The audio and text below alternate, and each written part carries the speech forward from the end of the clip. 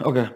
Today we are going to discuss the last unit of your subject transmission distribution অর্থাৎ transmission ডিস্ট্রিবিউশনে তোমাদের যে last ইউনিটটা আছে সেটা খুব ভেরি ইম্পর্টেন্ট ইউনিট আর এখান থেকে কিন্তু কোশ্চেন আসবেই আর চ্যাপ্টারটা কিন্তু ইজি মডারেটলি কিন্তু ইজি ঠিক আছে তো এই চ্যাপ্টার মেনলি যেগুলো ফোকাস করতে আমাদেরকে মেন ফোকাস করতে হবে হচ্ছে ইনসুলেটরগুলোর ওপরে অর্থাৎ ইনসুলেটরের ওপর যে পার্টটা আছে সেটা দেন হচ্ছে স্যাগ অ্যান্ড কন্ডাক্টর এই পার্টটা আর যেটা আছে সেটা থিওরিক্যাল পোর্শন হচ্ছে আন্ডারগ্রাউন্ড কেবলের যে আন্ডারগ্রাউন্ড কেবলের প্রপার্টিস কি হতে পারে বিভিন্ন টাইপের আন্ডারগ্রাউন্ড কেবলস ঠিক আছে এক্সএলপি হোক ঠিক আছে এফএলএস হোক যেগুলো আছে তো থিওরি পোর্শন তো main attractive and most important topic যদি এই ইউনিট থেকে উঠে আসে সেটা হচ্ছে দুটো একটা হচ্ছে ইনসুলেটর টপিক একটা হচ্ছে স্যাগ অ্যান্ড কন্ডাক্টর এখান থেকে কিন্তু কোশ্চেন আসবে স্যাগ থেকে ম্যাথ আসে সিলেবাসে তোমাদের ইনসুলেটরে কিন্তু কোনো নিউমেরিক্যালস বলে কিন্তু ডিকটেক্ট করা নাই তা সত্ত্বেও আমি বলবো ইনসুলেটর কিন্তু একটা ম্যাথ দেখে যাবে ঠিক আছে কেননা কোশ্চেন কিন্তু আসতে পারে ইনসুলেটরের ম্যাথ তো প্রথম হচ্ছে আমাদের লাইন ইনসুলেটর কেন ইউজ করা হয় তো ওভারহেড ট্রান্সমিশন যে লাইনগুলো যায় সেগুলো অ্যাকচুয়ালি কিসে লাগানো থাকে দেখেছো সবাই তোমার নিশ্চয়ই যখন ট্রেনে করে কলেজ যাচ্ছ কিংবা যখনই যাচ্ছ তখনই দেখবে যে ওভারহেড ট্রান্সমিশন লাইনগুলো বড় বড় টাওয়ারের সঙ্গে এমনিতে ক্রস আর্ম দেওয়া থাকে একটা লোয়ার আর্ম বেরিয়ে আছে ঠিক আছে তো এখন যদি কন্ডাক্টরগুলো ডাইরেক্ট ক্রস আর্মের সঙ্গে কানেক্ট থাকতো তাহলে কি হতো কন্ডাক্টরের মধ্যে দিয়ে লিকেজ কারেন্টটা ফ্লো করতো সেটা কিন্তু ক্রস আর্ম দিয়ে থ্রু আমার আসতো কোথায় আমার টাওয়ার থ্রু আর্থ হয়ে যেতে পারতো অর্থাৎ আমার আর্থে কারেন্ট আসার কিন্তু সম্ভাবনা থাকতো লিকেজ কারেন্ট ফ্লো করতে পারতো থ্রু ক্রস আর্ম দিয়ে হচ্ছে আমার কোথায় টাওয়ার দিয়ে আর্থে তো যদি ছোট করে ছবিটা বলা যায় দেখা দেখো এইটা হচ্ছে আমার হচ্ছে টাওয়ার এইটা হচ্ছে আমার ক্রস আর্ম খেয়াল করে দেখবে রাস্তাঘাটে চলতে গেলেও দেখবে যে টাওয়ারগুলো আছে টাওয়ারগুলো থেকে যেগুলো আমরা দেখবে রাস্তাঘাটে আছে অর্থাৎ 11 কেবি যে ট্রান্সমিশন লাইনগুলো আছে আমাদের ডিস্ট্রিবিউশন লাইন সরি সেখানে দেখবে ছোট ছোট ক্রস আর্ম লোয়ার আর্ম বেরিয়ে আছে ঠিক আছে ধরো যদি আমরা মনে করি আমি টাওয়ার যদি হয় দেখবে দুটো আর্ম বেরিয়ে আছে ঠিক আছে তেমনি লং ট্রান্সমিশন ক্ষেত্রেও দেখবে বড় বড় যে টাওয়ারগুলো আছে টাওয়ারের পাশে দেখবে লম্বা লম্বা এমনি করে আমার ক্রস আর্ম লোয়ার আর্ম দেওয়া আছে এখন যদি ওই লোয়ার আর্মের সঙ্গে আমাকে ইনসুলেটরটাকে হ্যাং করতে হবে আমাকে তো ট্রান্সমিট করতে হবে ইনসুলেটরটাকে এখন যদি আমরা ক্রস আর্ম অর্থাৎ ক্রস আর্মের সঙ্গে অর্থাৎ যে লোয়ার আর্মটা আছে তার সঙ্গে যদি আমি কন্ডাক্টরের মধ্যে কোনো সেপারেশন না রাখি তাহলে কি হবে ধরো এই কানেক্টরটাকে আমি ডাইরেক্ট কানেক্ট করলাম হচ্ছে এই ক্রস আর্মের সঙ্গে অর্থাৎ টাওয়ার সঙ্গে যে হাতটা বেরিয়ে থাকে আর্মটা বেরিয়ে থাকে ক্রস আর্ম মানে ক্রস করা যায় টাওয়ারের সঙ্গে ওই আর্মের সঙ্গে ডাইরেক্ট কানেক্ট করে দিতাম তাহলে কি হতো লিকেজ কারেন্ট কন্ডাক্টর ফ্লো হতো আর্ম থ্রু টাওয়ার হয়ে গ্রাউন্ড এটা কি হতো আমার যারা গ্রাউন্ডে সার্ফেসে কাজ করছে তাদের জন্য খুব মাঠে ঘাটে কাজ করে যাওয়া তার জন্য কিন্তু খুব ক্ষতিকর হতে পারতো ঠিক আছে তার জন্য কি করতে হয় আমাদেরকে ওভারহেড ইনসুলেটর ইউজ করতে হয় যাতে করে আমার ক্রস আর্ম অথবা টাওয়ার অর্থাৎ আর্থিং এর সঙ্গে কন্ডাক্টরের মধ্যে লিকেজ কারেন্ট করতে না পারে অর্থাৎ একটা ইনসুলেটিং মিডিয়াম ক্রিয়েট করা হচ্ছে কাজ সেটা হচ্ছে ওভারহেড ইনসুলেটর বলা হয় অর্থাৎ কন্ডাক্টর যখন পাস করবো আমরা হেল্প কার নেবো ইনসুলেটরের তো প্রথম কি লেখা আছে দেখো overhead lines are secure to supporting structure by means of insulating fixtures called insulator অর্থাৎ সাপোর্টিং টাওয়ারের সঙ্গে কন্ডাক্টরের মধ্যে যে আমার সাপোর্টিং স্ট্রাকচার কি লেগেছে ওভারহেড লাইন্স আর সিকিউর করতে হবে তো to supporting structure by means of insulating fixture called insulator অর্থাৎ কন্ডাক্টরকে যখন আমি ট্রান্সমিট করব থ্রু কোন টাওয়ারের মাধ্যমে আমার লিকেজ কারেন্ট যাতে ফ্লো করতে না পারে থ্রু ক্রস আর্ম থ্রু হচ্ছে আমার আর্থ এই আর্থের মধ্যে না আসার চান্স কমাতে হবে আমাকে তার জন্য আমি কি করব না আমি কারেন্টটাকে পাস করব কিন্তু হেল্প কার নেবো হচ্ছে ইনসুলেটর তো ইনসুলেটর ফার্স্ট কাজ হচ্ছে কি যাতে লিকেজ কারেন্ট ফ্লো করতে না পারে এই লেখা দেখা পরের লাইনেই to avoid leakage current to the earth অর্থাৎ কন্ডাক্টরের মধ্যে লিকেজ কারেন্টটা ফ্লো করবে সেটা যেন এই যে এই পার্টটাই না থাকে তাহলে কি হতো এই কানেক্টরটাকে যদি আমি লাগাতাম হচ্ছে কোথায় আমরা এই ডাইরেক্ট ক্রস আর্মের সঙ্গে লাগিয়ে দিতাম এটা লোয়ার আর্ম এটা কিসের এটা আয়রন আর্ম ঠিক আছে লোহার আর্ম তাহলে কি হতো লিকেজ কারেন্ট ক্রস আর্ম দিয়ে থ্রু টাওয়ারের গ্রাউন্ডে চলে আসতে পারতো এইটাকে এই লিকেজ কারেন্টটাকে যাতে আমার আর্থে ফ্লো হতে না পারে তার জন্যই করেছি আমরা বাইপাস করে দিয়েছি কন্ডাক্টর থ্রু ক্রস আর্ম এবং টাওয়ারকে বাইপাস করেছি কার মাধ্যম দিয়ে ইনসুলেটর ডিস্ক দিয়ে ইনসুলেটর দিয়ে বাইপাস করে দিয়েছি তো এইটা হচ্ছে ফার্স্ট দুটো পয়েন্ট হয়ে গেল নেক্সট আর কি কাজ করে একটা বুঝতেই পারছি লিকেজ কারেন্ট ফ্লো করতে ভাঙা দিচ্ছে এই একটা বুঝতে পারছি একটা কি mounted on tower cross arm to provide clearance between conductor and metal work অর্থাৎ দেখো এই যে ক্রস আর্ম দিয়ে করেছি টাওয়ার থেকে ক্রস আর্ম দিয়ে করেছি আমরা একটা দেখো ক্রস আর্মের সঙ্গে কন্ডাক্টরের মধ্যে একটা ক্লিয়ারেন্স তৈরি করে দিয়েছি অর্থাৎ দুটোর মধ্যে একটা ক্লিয়ারেন্স আসছে গ্যাপ এসছে ক্লিয়ারেন্স অর্থাৎ কি লিখেছে mounted on tower cross arm টাওয়ারের সঙ্গে যে ক্রস আর্মটা দেওয়া আছে, টাওয়ারের সঙ্গে যে ক্রস আর্মটা দেওয়া আছে যেখানে ঝুলবে কন্ডাক্টরটা, to provide clearance between conductor and metal work. এটা মেটাল ওয়ার্ক, এটা কন্ডাক্টর, তাদের মাঝখানে সেপারেশন তৈরি করছে কে? ইনসুলেটরটা। তাহলে ইনসুলেটরটা বুঝতে পারছি মেনলি দুটো কাজ, ওভারহেড কন্ডাক্টরকে বাইপাস করতে হবে without any kind of risk, সেই জন্য আমাকে ইউজ করতে হচ্ছে কন্ডাক্টরের সঙ্গে আমরা ইনসুলেটর ইউজ করছি। নেক্সট, যদি কোনো লিকেজ কারেন্ট ফ্লো করতে না পারে থ্রু ক্রস আর্ম হয়ে আমার গ্রাউন্ডে, ওই জন্য আমি ইনসুলেশন ডাইরেক্টিভ প্রপার্টি দিচ্ছি, অর্থাৎ তড়িতের কুপরিবাহী, কারেন্ট লিকেজ কারেন্ট ফ্লো করতে পারবে না। ফার্স্ট হচ্ছে এইটা। সেকেন্ড, যখন তুমি কন্ডাক্টরকে তোমাকে মাউন্টেড করতেই হবে, সেটা কার মাধ্যমে ঝুলবে না টাওয়ারের সঙ্গে যে ক্রস আর্মটা থাকে ক্রস আর্মটা একটা আবার ঝুলবে। তাহলে আমি করতে হবে না মেটাল ওয়ার্ক, এটা হচ্ছে কন্ডাক্টর, তাদের মাঝখানে করলাম আমি, তাদের মাঝখানে তৈরি করে দিলাম হচ্ছে একটা কি করলাম না আমি একটা ক্লিয়ারেন্স তৈরি করলাম, clearance between conductor and metal work. তো এটা হচ্ছে ওভারহেড ইনসুলেটরের বেসিক ফাংশন। তো মেন আমাদের এখান থেকে কোশ্চেন আসতে পারে properties of insulator, very very question, good question.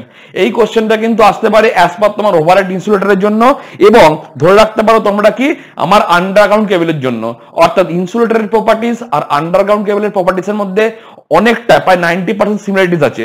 যে কটা পয়েন্ট আছে এর সঙ্গে একটা পয়েন্ট বাদ যাবে, আর ইউজি কেবলের একটা পয়েন্ট কিন্তু অ্যাড হয়, আর কিচ্ছু না।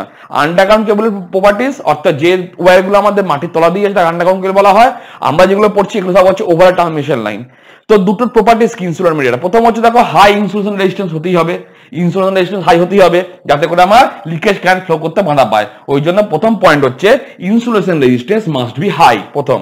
দেন মেটেরিয়াল যে চুজ করছি তার জন্য ডাইরেক্টিভ স্ট্রেংথ অর্থাৎ ইনসুলেটিং প্রপার্টি, তাহলে কি ডাইরেক্টিভ স্ট্রেংথ বেশি হতে হবে যাতে করে খুব মানে যেন ভোল্টেজের উপর মানে বেশি ভোল্টেজ আমি যখন পাস করাবো তখন যেন সেই ভোল্টেজটাকে উইথস্ট্যান্ড করতে পারে ইনসুলেটর ডিস্কগুলো, নাহলে কি হবে ডাইরেক্টিভ ব্রেকডাউন ঘটবে, আর ডাইরেক্টিভ ব্রেকডাউন ঘটলে কি হবে ইনসুলেটর কিগুলো হয়ে যাবে বিহেভস লাইক এ কন্ডাক্টর। ওই জন্য প্রথম পয়েন্ট কি হাই ইনসুলেশন রেজিস্ট্যান্স, অর্থাৎ লিকেজ কারেন্ট ফ্লো হতে বাধা পাওয়ার জন্য এই পাত্তায় যে ইনসুলেটর দেওয়া আছে সেই ইনসুলেটরের রেজিস্ট্যান্স প্রপার্টি যেন হতে হয় প্রচন্ড high. First, high dielectric strength, অর্থাৎ যে ইনসুলেটর ইউজ করছি আমরা সেই মেটেরিয়ালগুলো যেন ডাইরেক্টিভ স্ট্রেংথ খুব হাই হয়, যাতে খুব লার্জ ভোল্টেজ ওরা কিন্তু যেন উইথস্ট্যান্ড করতে পারে। বিকজ আমরা ডাইরেক্টিভ স্ট্রেংথ নির্ভর করে না ভোল্টেজের উপরে, যখন ম্যাক্সিমাম ভোল্টেজ অনেকদিন ধরে যেন উইথস্ট্যান্ড করার ক্যাপাবিলিটি থাকে ইনসুলেটর ডিস্কগুলোর, নাহলে কি হবে ডাইরেক্টিভ ব্রেকডাউন ঘটবে, আর ডাইরেক্টিভ ব্রেকডাউন করা মানে হচ্ছে এর ইনসুলেটিং প্রপার্টি নষ্ট হয়ে যাবে। দেন it behaves like a conductor, then conducting যদি পাথ হয়ে যায় তাহলে আমার দেওয়া না দেওয়া সমান হয়ে যাচ্ছে, তাহলে কন্ডাক্টর থেকে leakage current through cross arm দিয়ে টাওয়ারের গ্রাউন্ড চলে আসবে। ফার্স্ট। থার্ড হচ্ছে কি নন হাইগ্রোস্কোপিক। হাইগ্রোস্কোপিক মিন্স হচ্ছে does not absorb any kind of moisture, যাতে এখানে ময়েশ্চার অ্যাবজর্ব করতে না পারে, অর্থাৎ ময়েশ্চার অ্যাবজর্ব করলে কি হবে, ময়েশ্চার অ্যাবজর্ব করলে আস্তে আস্তে কি হবে ওর ডাইরেক্টিভ স্ট্রেংথটা কমতে থাকবে, আর ডাইরেক্টিভ স্ট্রেংথ কমা মানে হচ্ছে কি ওর যে কোনো মুহূর্তে আমার ডাইরেক্টিভ ব্রেকডাউন করতে পারবে, এবং তখন কন্ডাক্টর থেকে লিকেজ কারেন্ট ফ্লো করতে পারবে থ্রু আর্থ। ওই জন্য থার্ড পয়েন্ট হচ্ছে নন হাইগ্রোস্কোপিক, অর্থাৎ it does not absorb any kind of moisture. Third কি হচ্ছে fourth, electrically and chemically inactive, অর্থাৎ এরা যেন কোনো জ্বালানি বিজ্ঞান প্রক্রিয়া অংশগ্রহণ না করতে না পারে, অর্থাৎ যেন কোনো কেমিক্যাল রিয়াকশন না হয়ে যায়, সেই জন্য সেই মেটাল চুজ করবো যারা কিন্তু কেমিক্যাল রিয়াকশনের সঙ্গে জড়িত হবে না। Fourth point.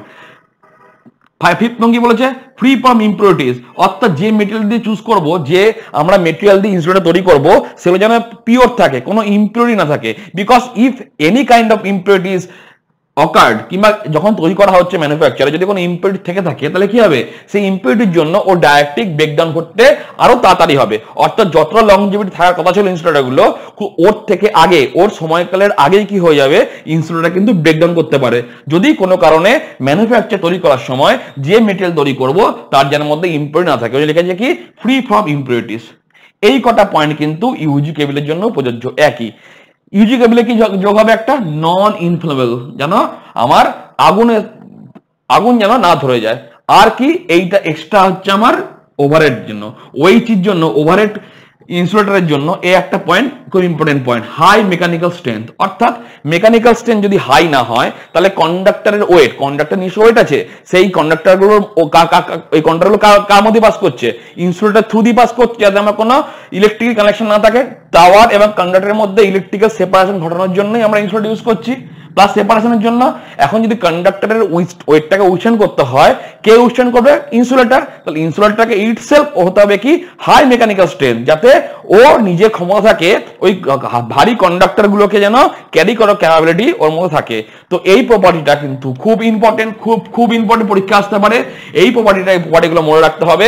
এবং এটা not for insulator but also UG cable, অর্থাৎ তোমাদের আমি ইউজি কেবলটা বলে দিলাম, এই ইনসুলেটর এই প্রপার্টিগুলো কিন্তু আছে। ঠিক আছে, শুধু অ্যাড হবে কি ইউজি কেবল হবে নন ইনফ্লেমেবল হবে, আর ইউজি কেবলে এটা দরকার নাই, এটা ওভারহেডের দরকার আছে হাই মেকানিক্যাল স্ট্রেংথ, অর্থাৎ ইউজি কেবল আমার মেকানিক্যাল স্ট্রেংথটা অতটা ফ্যাক্টর করবে না। তো ইনসুলেটরের কাজ আমি বলে দিলাম কেন ইউজ করা হয়, কেমন করে মাউন্টিং করা থাকে, প্রপার্টিজ কি আবার বলে দিচ্ছি। High insulation resistance first, next high dielectric strength থাকতেই হবে, যেমন ডাইলেকট্রিক ব্রেকডাউন না ঘটে যায় কোনো কারণে যখন হাই ভোল্টেজ ইউজ করব। Non hygroscopic, does not absorb moisture. আর কি হতে হবে? পলিশড, খুব পলিশ হতে হবে যাতে করে ধুলো বালি জল যেন না ধরে রাখতে পারে। আর এর শেপটা কেমন হয়? কার্ভেচার একটুখানি, যাতে করে জল কিংবা ধুলো কিংবা বালি ওর মধ্যে অ্যাবজর্ব না করে। লিখে রাখবে এটা হতে হবে পলিশড হতে হবে, খুব চকচক হয় একদম, দেখবে পলিশড হতে হবে, খুব ভালো পলিশ হতে হবে, যাতে করে কি হবে আমার ওর মধ্যে কোনো জল কিংবা অন্য কোনো আইস, ঠিক আছে, কোনো ধুলো বালি যেন স্টে করতে, মেনলি জল এবং আইসকে যাতে না স্টে করতে পারে ওই জন্য তোমার কেমন হয় দেখতে, একটু কার্ভেচার হয়। ঠিক আছে, কার্ভেচার হয়, ঠিক আছে, একটু আমার স্লোপ একটা স্যান্ড টাইপের থাকে যাতে জল কিংবা ইয়ে স্টে করতে না পারে। ঠিক আছে, তো এই জিনিসগুলো হচ্ছে মনে রাখতে হবে। হাইগ্রোস্কোপিক মানে কোনো ময়েশ্চার অ্যাবজর্ব করতে পারবে না, ইলেকট্রিক্যালি কেমিক্যাল ইনঅ্যাক্টিভ, কোনো জারণ বিজন প্রক্রিয়া অংশগ্রহণ করবে না, অর্থাৎ কেমিক্যাল রিঅ্যাকশন না হয়, ফ্রি ফ্রম ইম্পিউরিটিস, অর্থাৎ যখন ম্যানুফ্যাকচার তৈরি করবো যেন ইম্পিউরিটিস না থাকে, থাকলে আমার ডাইরেক্ট্রিক স্ট্রেংথ কমে যাবে। অর্থাৎ একটা ইনসুলেটর যত বছর কাজ করতে পারতো, যত ভোল্টেজ পর্যন্ত কাজ করতে পারতো, হয়তো ইম্পিউরিটিস থাকার জন্য তার থেকে কম সময় এবং কম ভোল্টেজে কি হবে ডাইরেক্ট্রিক ব্রেকডাউন ঘটিয়ে পারে।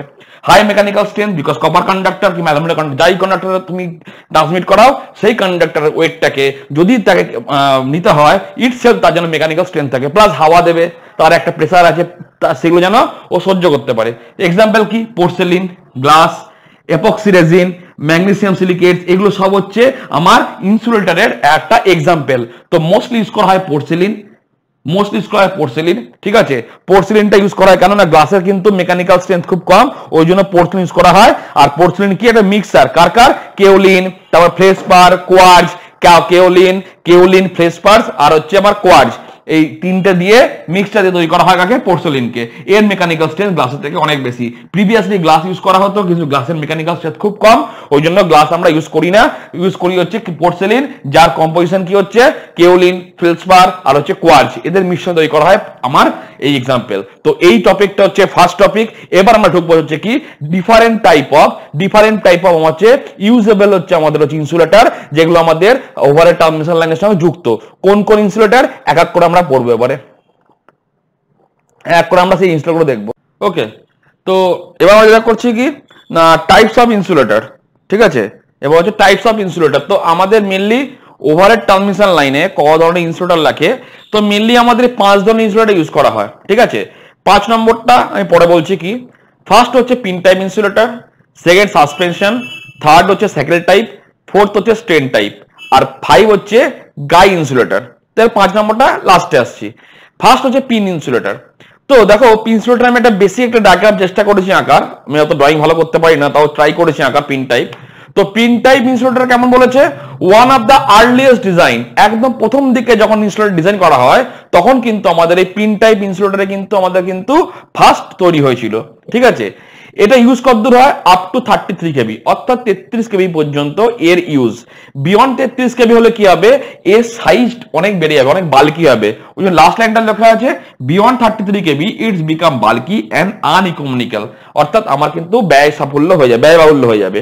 ওই জন্য আমরা পিন টাইপ ইনসুলেটরটাকে আমরা আর্লিয়েস্ট ডিজাইন বলতে পারো, এবং এটা 33 কেবি পর্যন্ত ইউজ করতে পারবো, এবং বিয়ন্ড 33 কেবি কিন্তু এটা খুব বাল্কি হয়ে যায়, ওই জন্য এটা কিন্তু আমরা ইউজ করতে পারি না।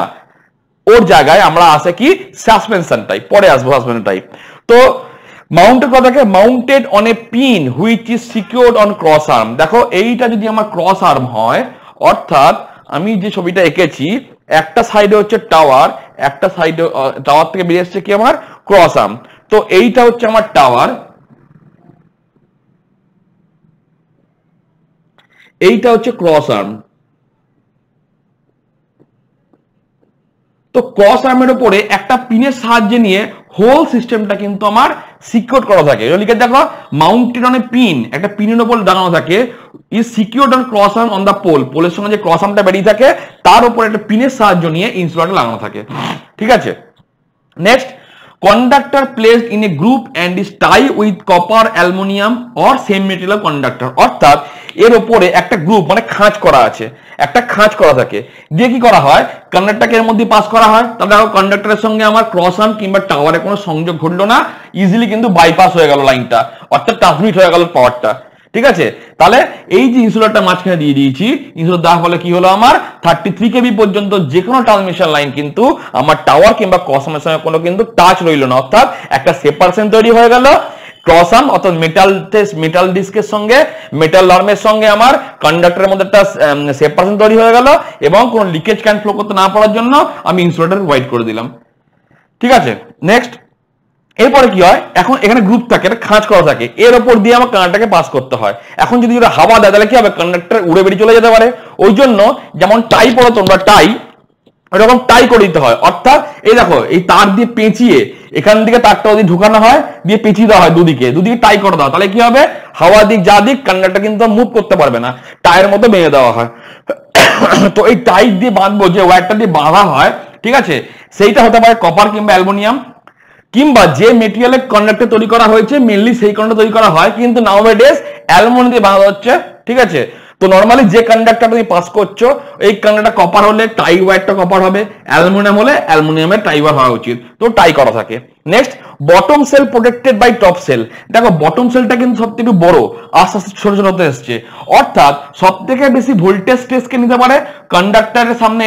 ঠিক আছে, যাতে এখন দেখো এখন যদি প্রত্যেক কটা, যদি সব কটা আমার সেল এলো ছাতার মতো, এখন প্রথম সেল কি বলছে, যত নষ্ট হওয়ার হোক, যেন লাস্ট পর্যন্ত আমার যে সব কটা যদি নষ্ট হয়ে যায় পরপর, তাহলে কি হবে, আমার পুরো ইনস্ট্রুমেন্ট ড্যামেজ হতে পারে। ওই জন্য একদম বটম সেলকে প্রয়োগ করবে টপ সেল, অর্থাৎ এই চেষ্টা করবে বাকি ইনসুলেটর প্রপার্টিগুলো ঠিকঠাক থাকে, যতটা সম্ভব নিজেকে স্ট্রেস নেবে, ইলেকট্রিক্যাল স্ট্রেস বলো, ডাইরেক্ট্রিক স্ট্রেস, যত স্ট্রেস পড়বে সহ্য করবে, ঝড় বা জলি বৃষ্টি যাই আসুক সহ্য করবে, যাতে পরের ডিস্কগুলো যেন আমার ঠিকঠাক থাকে। লিখেছে কি, bottom cell protected by top cell. এবং কি করা হচ্ছে দেখো, এর শেপটা করা হচ্ছে দেখো একটুখানি স্ল্যান্ট টাইপের, অর্থাৎ জল পড়লে গড়ি চলে যাবে, জন্য রক্ষা পাবে, এর জন্য রক্ষা পাবে, অর্থাৎ ধুলো বালি জল যাই পড়ুক, আইস পড়ুক, যা হবে উপরটা পড়বে, নিচে এগুলো সেফ থাকবে, অর্থাৎ ডাইরেক্ট স্ট্রেন্থটা যাতে একসঙ্গে প্রত্যেকটা সেগমেন্টে নষ্ট না হয়, এই জন্য এই আবেগে তৈরি করা হয়েছে। ঠিক আছে, তো যদি তোমাদের মনে হয় কেমন দেখতে হয়, আমি ট্রাই করছি দেখানোর। দেখো ছবিটা, এই দেখো এই টাইপের হচ্ছে আমাদের পিন টাইপ ইনসুলেটর। দেখো এই যে কাঠের, এটা হচ্ছে উডেন পোল, এটাকে বলা উডেন পোল। ঠিক আছে, কাছ থেকে দেখতে পাচ্ছ তোমরা নিশ্চয়ই, দেখো এইটা হচ্ছে আমার উডেন পোল, এইটা হচ্ছে আমার উডেন পোল। এই দেখো উডেন পোলের ঠিক মাথায় যে ক্রস আর্ম বেরিয়ে আছে, এই যে ক্রস আর্ম বেরিয়ে আছে, দেখো ক্রস আর্মের উপর বসানো যাবে পিন টাইপ ইনসুলেটর। দেখো পিন টাইপ উপর দিয়ে কানাডা বেরিয়ে চলে গেছে, এই দেখো এই উডেন পোল, এখান থেকে দুখানে ক্রস আর্ম বেরিয়েছে, ক্রস আর্মের উপর দেখা দেওয়া আছে, এই দেখো ইনসুলেটর, এই দেখো পিনটা ইনসুলেটর উপর দিয়ে গ্রুপ করা আছে, দেখো দেখো তারটাখানে করা আছে, দেখো এই দেখো, দেখো দুদিকে দুটো তার দিয়ে কিন্তু টাই করা আছে। ঠিক আছে, যাতে মেন কন্ডাক্টর পাস করতে না পারে। তো এইটাকে বলা হয় পিন টাইপ ইনসুলেটর। এগুলো কেমন লাগানো থাকে, কোনো সাসপেনশন নয়, জাস্ট ক্রস আর্মের বসানো থাকে। দেখো সেম জিনিস, ক্রস আর্মের বসানো আছে, এই সেগমেন্টে বসানো আছে। এইটা হচ্ছে আমাদের অ্যাকচুয়ালি কি, এটা হচ্ছে আমাদের অ্যাকচুয়ালি পিন টাইপ ইনসুলেটর। দেখো এই দেখো, এই হচ্ছে আমার উডেন পোল, এটা উডেন পোল থেকে ক্রস আর্ম বেরিয়ে আসছে, ক্রস আর্ম থেকে কি হচ্ছে আমার, ক্রস আর্ম থেকে এই দেখো পিন টাইপ ইনসুলেটরটা। উপরে দেখো, তুমি ভালো করে লক্ষ্য করে দেখো, এখানে দেখো টাই করা আছে, দেখো অন্য মেটেরিয়ালের তার দেওয়া আছে, অর্থাৎ অন্য মেটাল হয় না, যে কন্ডাক্টর ইউজ করা হয় সেই কন্ডাক্টরে মেটাল দেওয়া আছে। আর যদি নিচে দেখতে চাও ছবিটা, এই দেখো এই হচ্ছে পিন টাইপ ইনসুলেটর, এই হচ্ছে পিন টাইপ। এই দেখো মাঝখানে গ্রুপ করা আছে, এখানে উপরটা গ্রুপ করা থাকে, উপরটা দেখো খাঁজ করা আছে, উপরটা গ্রুপ করা আছে। তো আপার ডিস্কটা দেখো বড়, তার থেকে ছোট হতে আসছে, এটা হচ্ছে আমার পিনটা। ঠিক আছে, তো এইটা হচ্ছে পিন টাইপ ইনসুলেটরের একটা সেগমেন্ট তোমার দেখালাম আমরা। ঠিক আছে, তো এই পিন টাইপ ইনসুলেটর আমরা ইউজ করতে আপ টু 33 কেবি ইউজ করা যায়, বিয়ন্ড 33 কেবি কি হবে আমার এই ইনসুলেটরটা কিন্তু নষ্ট হয়ে যেতে পারে। তো যখন পিন টাইপে আমি ছবিটা এঁকেছি, এর সঙ্গে আমি গাই ইনসুলেটর বলে দিই। গাই ইনসুলেটর কি বলেছে? Provide electrical separation from pole to guy wire for safety.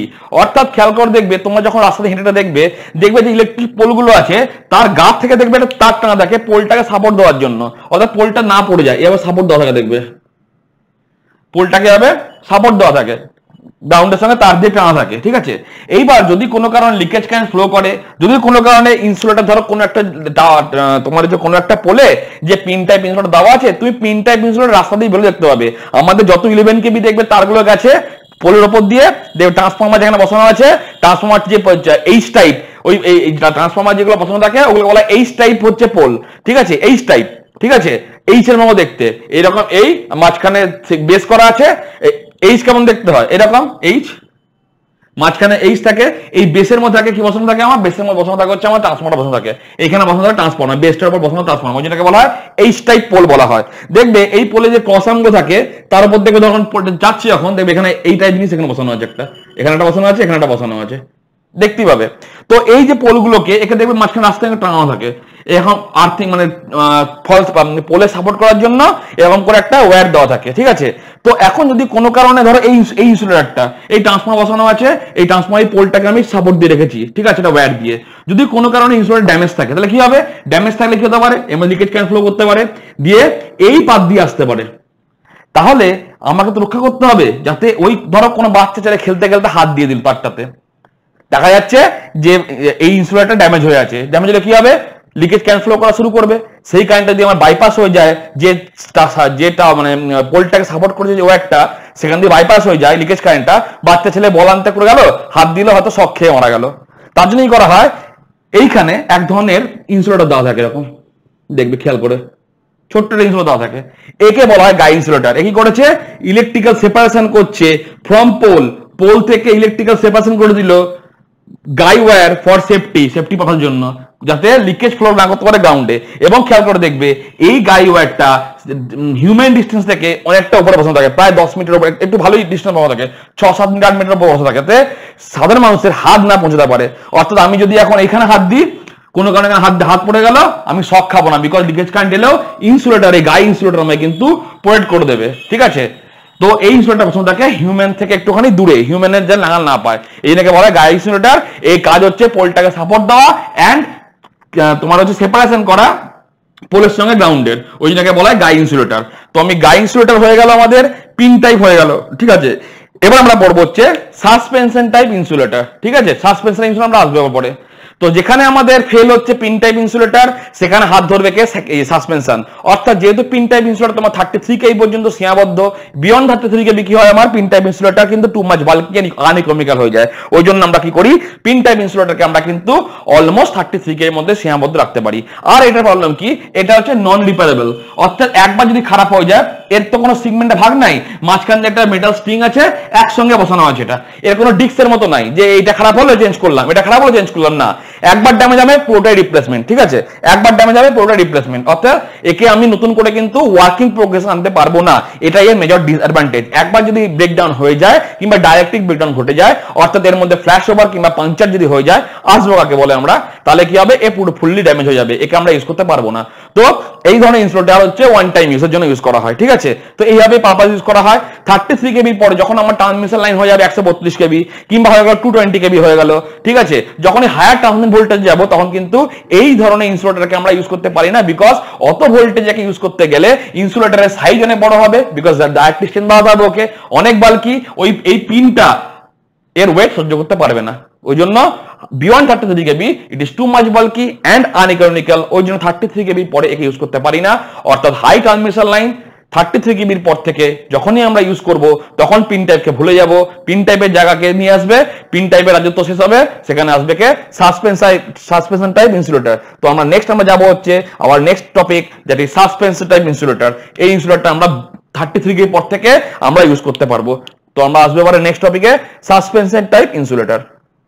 ওকে, তো this are second topic, that is suspension type insulator. তো দেখতেই পাচ্ছ এইটা হচ্ছে আমাদের হচ্ছে টাওয়ার, এইটা হচ্ছে ক্রস আর্ম। তো কসাম থেকে এরকম নাম্বার অফ ডিস্ক পরপর ঝুলতে থাকে, ঠিক আছে। প্রথম কি বলেছে point, replace pin type beyond 33 কেবি, অর্থাৎ 33 কেবির পরে যখনই আমার ইনসুলেটর গুলো পিন টাইপ ইনসুলেটর আমার কাজ করতে পারে না, তখন আমরা ইউজ করবো আগে সাসপেন্সর টাইপ ইনসুলেটর, অর্থাৎ এরকম অনেকগুলো ডিস্ক পরপর ঝুলতে থাকে। সাসপেনশন মানে ঝুলবে, সাসপেন্ড করা মানে মাঝখানে একটা এরকম রড দেওয়া আছে, ওই রডের মধ্যে প্রত্যেকটা ডিস্ক আস্তে একটা করে ঢোকানো থাকে, ঠিক আছে।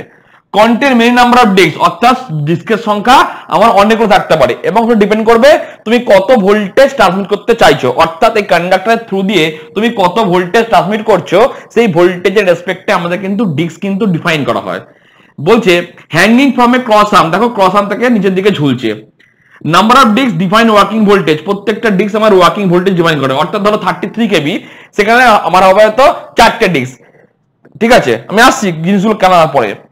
এখানে একটা অ্যাডভান্টেজ কি, if one disc damage whole disc does not damage, replace the damage by new one, অর্থাৎ ধরো এই ডিস্কটা আমার কোনো কারণে ড্যামেজ হয়ে গেল, এই ডিস্কটা পিন ট্যাপে যেমন হোল সিগমেন্টটাকে অকেজ হয়ে যেত, ফেলে দিতে হতো, এখানেই করতে পারবো আমরা। এখানে স্ক্রু থাকবে, আমরা পুরো এই সিগমেন্টটাকে খুলে দিতে পারবো এবং যে ডিস্কটা খারাপ হয়েছে, ধরো এটা ড্যামেজ ডিস্ক, এটা ড্যামেজ হয়েছে, এইটাকে আমরা চেঞ্জ করতে পারবো, অর্থাৎ রিপ্লেসমেন্টের আমার একটা স্কোপ আছে। অর্থাৎ এই যে ভেতরে মেটাল ইয়েটা আছে, ঠিক আছে, এখানে নাট বল্ট সিস্টেম করা আছে, আমরা খুলে কিন্তু ইজিলি আমরা ড্যামেজ ডিস্কটাকে চেঞ্জ করে নিউ ডিস্ক আমরা ইনকর্পোরেট করতে পারবো। ইচ ইউনিট ডিজাইন অ্যাপ্রক্স 11 কেবি, অর্থাৎ প্রত্যেকটা ডিস্কের মান 11 কেবির কাছাকাছি কিন্তু চুজ করা হয়, প্রত্যেক ডিস্কের মান করা হয় 11 কেবি কাছাকাছি, ঠিক আছে। অর্থাৎ আমার এগুলো সব হচ্ছে RMS value, not pick value, অর্থাৎ প্রত্যেকটা ডিস্কের অপারেটিং ভোল্টেজ 11। এখন বলছে স্যার 33 কেবি মানে আমার নরমালি 33 কেবি ট্রান্সমিট করতে হয়, তিনটে আমার সাসপেন্ডেড হয়ে যেত, যে 66 কেবি আমার ট্রান্সমিট করতাম, ধরো তুমি ভোল্টেজ ট্রান্সমিট করছো 66 কেবি, অর্থাৎ আমার 6 ইন্টু 11 6 ডিস্ক লাগতো, কিন্তু আমার প্রত্যেকটা ডিস্কের কিন্তু অ্যাপ্রোপ্রিয়েট কিন্তু 11 কেবি থাকে না, কারণ আছে। যখনই আমরা আসবো ভোল্টেজ ডিস্ট্রিবিউশন, তখন বুঝতে পারবে যে প্রত্যেক ডিস্কের কিন্তু আমার 11 কেবি করে কিন্তু ওয়ার্কিং ভোল্টেজ থাকে না। ওই জন্য কি হয়, আমার নাম্বার অফ ডিস্ক 66 কেবিতে যে 6টা লাগতো, সেখানে 7টা কি 8টা লাগতে পারে, অর্থাৎ যেহেতু unequal voltage distribution of each and every আমার হচ্ছে ইনসুলেটরে, অর্থাৎ আমার প্রত্যেক কটা কিন্তু আমার ইনসুলেটরের মধ্যে দিয়ে কিন্তু ইকুয়াল ভোল্টেজ ডিস্ট্রিবিউশন হয় না। ওই জন্য আমাদের কি করতে হয়, আমাদের দেখা গেছে যে 66 কেবি যদি আমার লাগে 6টা, মানে হওয়া উচিত ছিল 6টা আইডিয়াল কেসে, কিন্তু আইডিয়ালি আমার প্রত্যেকটা ভোল্টেজ ডিস্ট্রিবিউশন সেম থাকে না, ওই জন্য আমাদের হয় 6 জায়গায় 7টা কিংবা 8টাও লাগতে পারে, ঠিক আছে। তো সেভাবে বের করা হয়, ঠিক আছে। তো পরে আসছে আমরা কি করে আসছে তখন আমরা বুঝবো, আমরা ভোল্টেজ ডিস্ট্রিবিউশন বুঝবো। তো এইখানে দেখতে পাচ্ছি একটা গ্রুপের মধ্যে দেওয়া আছে, গোপের মতো, সেটা হচ্ছে আর্কিং হর্ন। এটা কাজ কি দেখো, প্রথম কথা হচ্ছে যে যদি কোনো কারণে আমাদের বাজ পড়ে, হাই ভোল্টেজ নিরাশ হয়, তাহলে কি হবে, এই যে সারাউন্ডিং এয়ারটা, এই এয়ারটা কি হবে, আমার এয়ারের ডাইরেক্টিভ স্ট্রেন্থ আছে, সেটা ব্রেক করতে পারে। যদি ডাইরেক্টিভ ব্রেকডাউন করে যায়, তাহলে কন্ডাক্টর থেকে একটা আর্ক তৈরি হবে, যেটা আমার এখানে চলে আসবে। কি তৈরি হবে, একটা আর্ক। আর্ক মানে হচ্ছে, আমি আগে পড়েছি তোমরা, আর্ক মানে হচ্ছে একটা আয়োনাইজেশন মিডিয়াম। যদি কোনো কারণে হাই ভোল্টেজ পড়ে, ট্রান্সমিশন লাইনে আবার হাই ভোল্টেজ পড়লো, তাহলে কি হলো, হিউজ ভোল্টেজ জেনারেট হয়ে যাচ্ছে। তাহলে কি হবে, সারাউন্ডিং দা ইনসুলেটরের সারাউন্ডিং যে এয়ারটা আছে, সেটা যদি আমার যে ইনসুলেটরের সারাউন্ডিং যে আমার এয়ারটা আছে, তার যে ডাইরেক্টিভ স্ট্রেন্থটা আছে, সে যে মোটামুটি এখন পর্যন্ত যে আমার আয়োনাইজ করতে দেয়নি এয়ার মাধ্যমটাকে, ঠিক আছে, যদি কোনো কারণে আয়োনাইজড হয়ে যায়, যদি কোনো কারণে আমার ইনসুলেটরের সারাউন্ডিং এয়ারটা আয়োনাইজ হয়ে যায়, তাহলে আয়োনাইজ পাথটা কি ফর্ম করবে, একটা আর্ক ফর্ম করবে। তাহলে কন্ডাক্টর থেকে কি হবে, আয়োনাইজ পাথ ধরে যাবে কসান থেকে চলে আসবে কোথায়, আমার টাওয়ার থ্রু গ্রাউন্ডে আসবে। ওই জন্য আর্কিং গুলো যাতে আমার এই পাথটা না ধরতে পারে, একটা স্মল পাথের লুপে পড়ে যায়, ওই জন্য নেওয়া আছে আর্কিং হর্ন, এর মধ্যেই ঘুরতে থাকবে। কারণ কি, অলওয়েজ আর্ক তৈরি হয় আমার শার্প এজে, যেখানে এজ কম, শার্প এজ, যেখানে শার্প এজ, সেখানে কি হয়, তোমার হচ্ছে কারেন্ট ডেন্সিটি বেশি হয়, that is J equals to কি, I বাই এ। যেহেতু শার্প এজ কি, এর এরিয়া খুব কম, এরিয়া কম মানে হচ্ছে ইলেকট্রিক কারেন্ট ডেন্সিটি বেশি। আর আমরা কি জানি, কারেন্ট ডেন্সিটির সঙ্গে একটা সূত্র দেখেছিলাম, কন্ডাক্টিভিটি এন্ড হচ্ছে ইলেকট্রিক ফিল্ড। তাহলে খেয়াল করে দেখো, যদি শার্প এজ, এই যে শার্প এজ গুলো, এই এজ গুলোতে আমার কি হয়, এরিয়া কম মানে কারেন্ট ডেন্সিটি বেশি হয়। কারেন্ট ডেন্সিটি বেশি মানে কি হচ্ছে আমার ইলেকট্রিক ফিল্ড বেশি, ইলেকট্রিক ফিল্ড যদি বেশি হয় তাহলে ডাইলেকট্রিক ব্রেকডাউন কিন্তু ঘটে যাবে, অর্থাৎ ইলেকট্রিক ফিল্ডের পরিমাণ ডাইলেকট্রিক স্ট্রেন্থ থেকে বেশি হয়ে যায় তখন কি হয় ইলেকট্রিক ব্রেকডাউন ঘটে যাবে, ডাইলেকট্রিক ব্রেকডাউন তখন আর্কিং পাথ তৈরি করে নেবে। ওই জন্য আমরা কি করেছি এরকম শার্প এজ করে দিয়েছি এইখানে, অর্থাৎ এর এরিয়া কমিয়ে দিয়েছি। এরিয়া কমালে কি হবে এই পরিমাণ এইখানে এইসব জায়গাতে কারেন্ট ডেন্সিটি আমার বেড়ে যাবে, কারেন্ট ডেন্সিটি বাড়লে কি হবে ইলেকট্রিক হবে, তো যা হবে এইখানেই ঘটবে, অর্থাৎ আর্কিং পাথটা এদিক দিয়ে ফলো করতে পারবে না, এর মধ্যে ঘুরবে অথবা এদিকে যেতে দেবো না। ওই জন্য যদি কোনো কারণে আর্ক তৈরি হয় আর্কটা এখানে ঘুরবে, একে বলে আর্কিং হর্ন, এর মধ্যেই আর্কটা কন্টিনিউ লুপে ফেলে দেবো আমরা। বিকজ শার্প এজ হতে পারে, এই শার্প এজ গুলো এরিয়া কম মানে কারেন্ট ডেন্সিটি বেশি, ওই জন্য আমরা আরো শার্প এজ করে দিয়েছি, থিন একটা কন্ডাক্টরের লুপ করে দিয়েছি, এর থেকেও শার্প এজ করেছি এইখানে। তাহলে শার্প এজ হলে কি হবে এর কারেন্ট ডেন্সিটি বাড়বে, ইলেকট্রিক ফিল্ড ব্রেকডাউন ঘটবে, ইলেকট্রিক ব্রেকডাউন হলে কি হবে আর্ক তৈরি হবে, আর্কটা এখানে ফর্ম করবে। বিকজ এরিয়া শার্প এজের এরিয়া কম মানে কারেন্ট ডেন্সিটি বেশি, আর কারেন্ট ডেন্সিটি বেশি মানে ইলেকট্রিক ফিল্ড বেশি। যদি এখন এই শার্প এজের জন্য ইলেকট্রিক ফিল্ডটা এখানে বেশি হয় তাহলে ডাইলেকট্রিক ব্রেকডাউন এখানে ঘটতে পারে, ঘটলে কি হবে যে আর্কিংটা আয়োনাইজ পার্টিকেলস গুলো যে মুভ করবে কোথায় করবে এর মধ্যে মুভ করবে, এইখানে মুভ করে যাবে। ওই জন্য আর্কিং হর্ন প্রোভাইড করা হয় ফর যাতে আমার আর্ক প্রডিউস না করতে পারে। আর্ক প্রডিউস হলে কি হবে আমার ইনসুলেটর কিন্তু ড্যামেজ হতে পারে, প্লাস আমার লিকেজ ক্যান ফ্লো করতে পারবে cross arm through arc tower দিয়ে করতে পারবে। তো এইটা হচ্ছে সাসপেনশন টাইপ ইনসুলেটর। এগুলো তোমরা যখন ট্রেনে করে যেতে পারো দেখবে মাঠে ঘাটে দেখা যাচ্ছে অনেকগুলো ডিস্ক ঝুলছে, তো ওইগুলোকে বলা হয় আমাদের সাসপেনশন টাইপ ইনসুলেটর। এটা 33 কেবি পর থেকে আমরা যে কোনো ইউজ করতে পারি আমরা, ঠিক আছে, হাই ট্রান্সমিশন ভোল্টেজে। আর একটা কথা যেহেতু ইকুয়াল ভোল্টেজ ডিস্ট্রিবিউশন নয় ওই জন্য কিন্তু বারবার মনে রাখবে 66 কেবি মানে 6টা ডিস্ক হবে তা না, 7টা তো 8টা হতে পারে। নাম্বার অফ ডিস্ক ডিপেন্ড করবে, টোটাল নাম্বার অফ ডিপেন্ড করবে, হয়তো 4টে নিয়ে আমার হয়েছে ধরো 48 কেবি কিংবা ধরো 40 কেবি হয়েছে, তাহলে সেরকম ভাবে ডিস্ক তৈরি করা হয়েছে পরের গুলো, তাই 60 করতে হবে ওই জন্য, কারণ আমার ধরো 66 কি ট্রান্সমিট করতে হবে। দেখা যাচ্ছে যে 6টা ডিস্ক নিয়ে করলে আমার 66 হচ্ছে না, হয়তো আমার কিছু কেবি আমার পড়ে আমার কম লাগছে, মানে কম পড়ে মানে আমার 66 দাঁড়াচ্ছে না, কিছু পরিমাণ কেবি আমার কমতি লাগছে, কম লাগছে, আমার লাগবে আরো ডিস্ক, ওই জন্য আমার নাম্বারটা বাড়াতে হয় যাতে আমাকে 66 আমাকে ট্রান্সমিট করতে হবে। অত 66 মানে 6টা ডিস্ক সেটা কোনো গল্প কিন্তু নাই। তো এটা গেল আমার সাসপেনশন ইনসুলেটর। এটা কিন্তু আমাদের মেনলি লং ট্রান্সমিশন লাইনে হাই ভোল্টেজ, লং বলা যাবে না, হাই ট্রান্সমিশন ভোল্টেজে আমাদের ইউজ করা সাসপেনশন টাইপ। তো এই একটা পার্ট চলে গেল। নেক্সট আমরা আসবো সাইকেল টাইপ ইনসুলেটর, ঠিক আছে। Cycle type insulator is one kind of insulator যেগুলো আমাদের কি হয় যেখানে আমাদের ধরো এই একটা ওয়্যার যাচ্ছে, এই ওয়্যার যেতে যেতে আমার পোল শেষ গলি শেষ অন্য গলি ঢুকতে হবে, মানে একটা 60 টার্ন 90 টার্ন নেবে, অর্থাৎ কন্ডাক্টরটাকে আমাকে ঘোরাতে হবে, তখন ওই শার্প এজ কিংবা শার্প টার্ন নেওয়ার জন্য আমাদের ইউজ করতে হয় সাইকেল টাইপ ইনসুলেটর। এইটা অ্যাকচুয়ালি ইউজ করা হয় লেস দেন 11 কেবিতে। আমি ছবি এঁকে দেখে দিচ্ছি কেমন হয়। এটা ইউজ করা হয় অ্যাকচুয়ালি কি লেস দেন 11 কেবিতে ইউজ করা হয় সাইকেল টাইপ, ঠিক আছে। সাইকেল টাইপ ইনসুলেটর ইউজ করা হয় অ্যাকচুয়ালি কোথায় লেস দেন 11 কেবিতে ইউজ করা হয়, ঠিক আছে। এটা কোথায় ইউজ করা হয় শার্প কার, ধরো আমি যাচ্ছি এখান থেকে এই ট্রান্সমিশন লাইনটা নিয়ে যাচ্ছি, এবার এখান থেকে রাস্তার মোড়টা ঘুরে গেল, তাহলে কি করবো আমার ঘোরাতে হবে তো, তাহলে এই যে ঘোরাতে হয় তখন আমাদের লাগে যেগুলো সেগুলো হচ্ছে সাইকেল টাইপ ইনসুলেটর, ঠিক আছে। এই ইনসুলেটরটা ইউজ করা হয় মেনলি তোমার হচ্ছে শার্প এজ কোনো টার্ন এলো সেরকম জায়গাটা ইউজ করি আমরা হচ্ছে সাইকেল টাইপ ইনসুলেটর। এইটা লেস দেন 11 কেবি পর্যন্ত ইউজ করা যায়, আর এর মেন কাজ হচ্ছে স্ট্রেন টান দেওয়া কিংবা তোমার হচ্ছে শার্প এজ গুলো ঘুরিয়ে দেওয়ার জন্য ইউজ করা হয়। এটা করতে হয় প্রচন্ড স্মুথ আর গ্লেজ করা হয়, প্রচন্ড স্মুথ আর গ্লেজ করা হয়, ঠিক আছে। তো এই ছবিটা আমি এঁকে দিচ্ছি, আঁকলে বুঝতে পারবে সাইকেল টাইপ ইনসুলেটর কেমন দেখতে হয়। তো নাম না আঁকলেও আমি তো ছবি দেখে দিচ্ছি, ছবি দেখলে বুঝতে পারবে যে সাইকেল টাইপ ইনসুলেটর কেমন দেখতে হয়। তার চেয়ে বেটার হবে আমি ছবিটা এঁকে দিই cycle type insulator. Cycle type মনে রাখবে কি সাইকেল টাইপ ইনসুলেটর ইউজ করা হয় মেনলি শার্প এজ যেখানে ডেড এন্ড হয়ে গেছে, ডেড এন্ডের পর থেকে আবার ট্রেনে ঘোরাতে হবে সেরকম জায়গায় ইউজ করা হয় আমাকে হচ্ছে সাইকেল টাইপ ইনসুলেটর। তোমরা ঘরও দেখতে পারবে তোমাদের যে বাড়িতে ট্রান্সফর্মার থেকে যে তারটা আমাদের দেখবে বাড়িতে ঢুকেছে, আমাদের বাড়িতে যে ছাদে দেখবে একটা তোমার থাকবে হচ্ছে তোমার এরকম কসাম থাকে ছাদেও আছে দেখবে যেখানে ঢুকেছে তারটা, সেখানে দেখবে যেখান দিয়ে ঘুরে এসছে তারটা একটা চকচক ইনসুলেটর আছে, ঠিক আছে, ওইটাকে বলা হয় সাইকেল টাইপ ইনসুলেটর। কিংবা তুমি রাস্তা যখন হেঁটে দেখতে যাবে দেখবে কোনো গলি শেষ হচ্ছে, গলিটা যখন ধরো এখন যাচ্ছ এই গলিটা শেষ, নেক্সট গলিটা একদম ঢুকবে এরকম, মানে একটা 90 ডিগ্রি পুরো শার্প টার্ন, তাহলে আমার তার থেকে ঘোরাতে পারবো না, তাহলে আমাকে তারটা কি করতে হবে আমার আরেকটা ইনসুলেটর দিতে হবে, নেক্সট ইনসুলেটরটাকে টেনে নিয়ে যাবে। অর্থাৎ এখান থেকে আমি ট্রান্সমিটার এখান থেকে যাচ্ছি আমি তারটাকে টানতে নিয়ে গেলাম, দিয়ে একটা ইনসুলেটর রাখলাম, পরবর্তী ইনসুলেটরটা এইগুলি 90 ডিগ্রি অভিমুখে আছে, তাহলে এই ইনসুলেটরটা তারটা দূর গেল, দিয়ে এইখানে ইনসুলেটর আছে, এই ইনসুলেটরটা ওদিকে বাড়িয়ে দিল, এই ইনসুলেটরকে বলে সাইকেল টাইপ, ঠিক আছে। আমি ছবি আঁকলে বুঝতে পারবে কাম করে কাজ করে সাইকেল টাইপ ইনসুলেটর, তাহলে আরো জিনিসটা ক্লিয়ার হবে। তাহলে আমি ছবি দেখিয়ে দিচ্ছি, ওকে। এইটা দেখো, চেষ্টা করেছি আঁকা যতটা সম্ভব, ঠিক আছে। এইটা হচ্ছে তোমাদের স্যাকেল টাইপ ইনসুলেটর। এইটা হচ্ছে আমার পোলটা, উডেন পোল। আমি উডেন পোল দিয়ে লিখছি, উডেন পোল। আগে এখনকার দিনে নাই, আর গ্রামে গঞ্জে থাকতে পারে, তাও নাই উডেন পোল। এখন ধরো পলিটা, ঠিক আছে।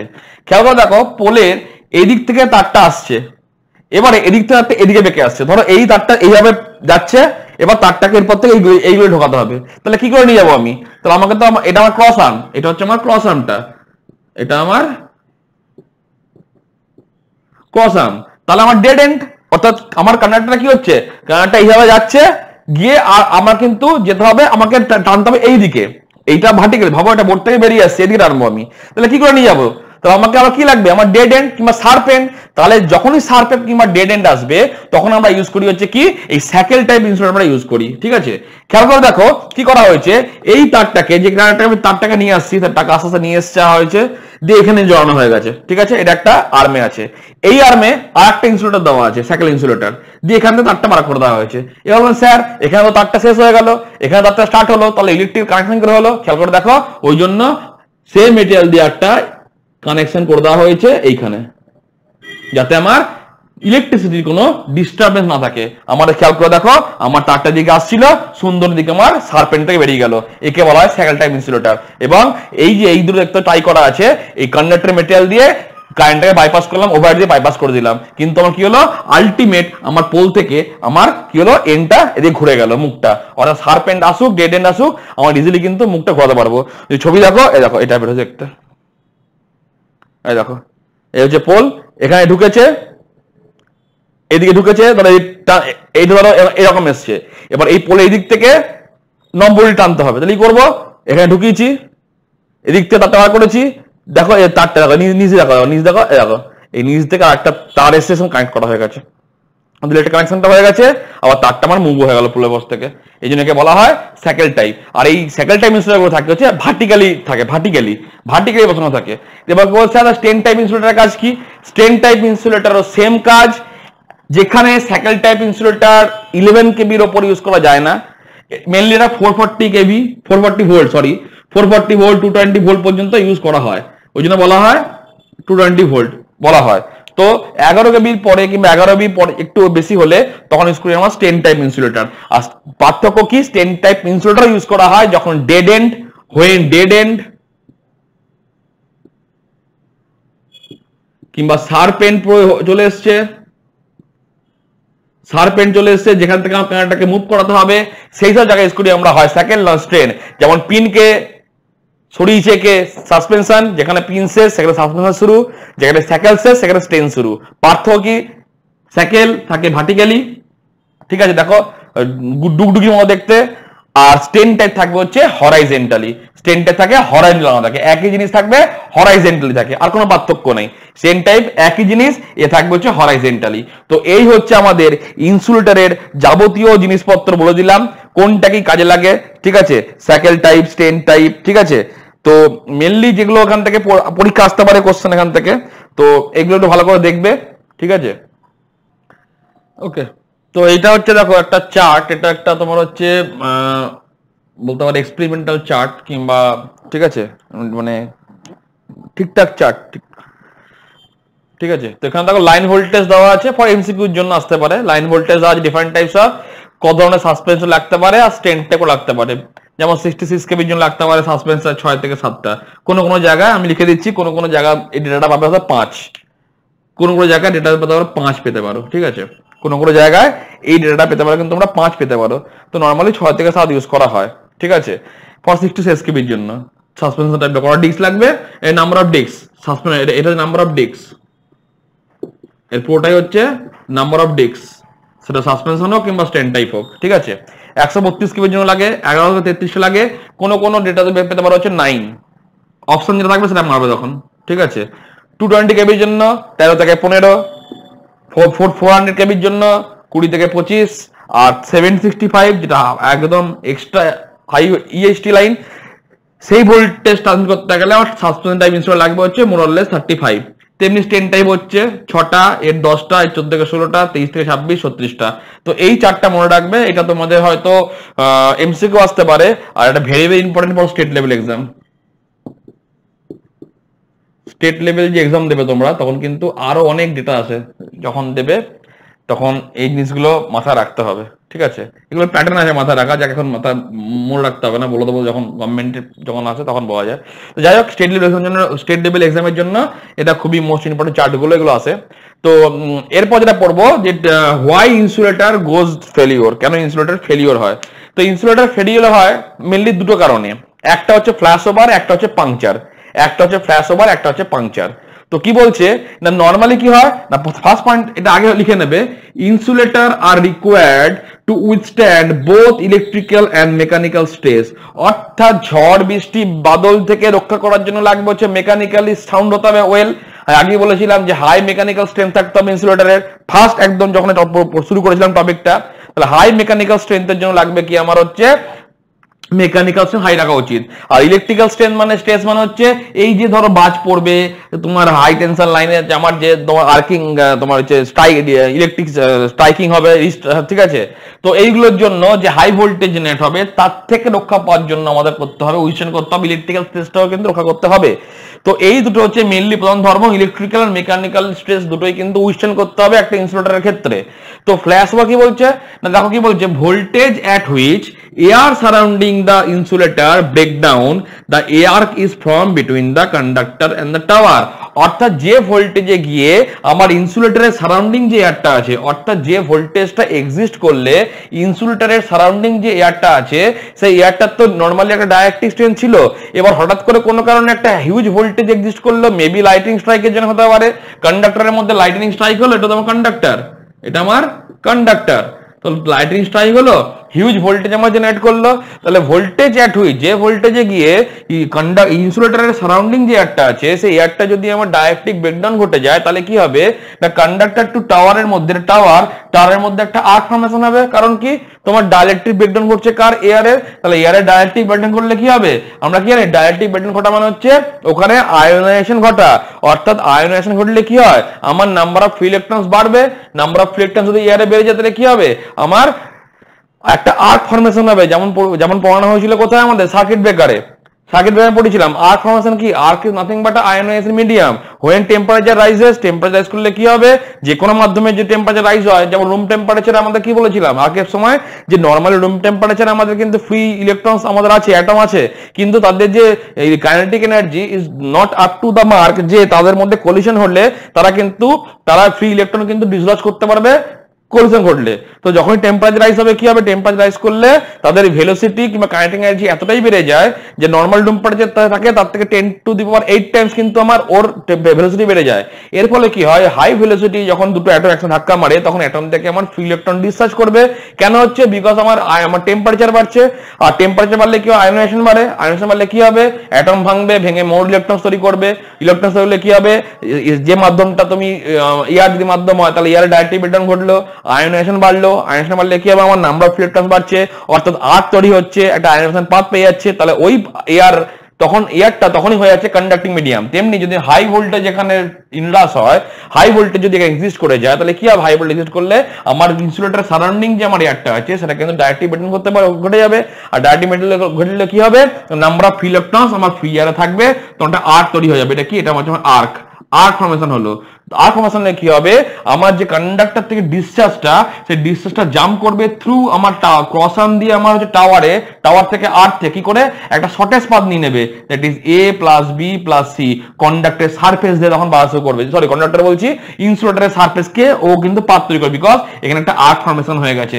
খেয়াল করে দেখবে, ওই জন্য বলেছিলাম এই আর্ক হওয়া লক্ষ্য করার জন্য আমরা ইউজ করেছিলাম কি, আর্কিং হর্ন।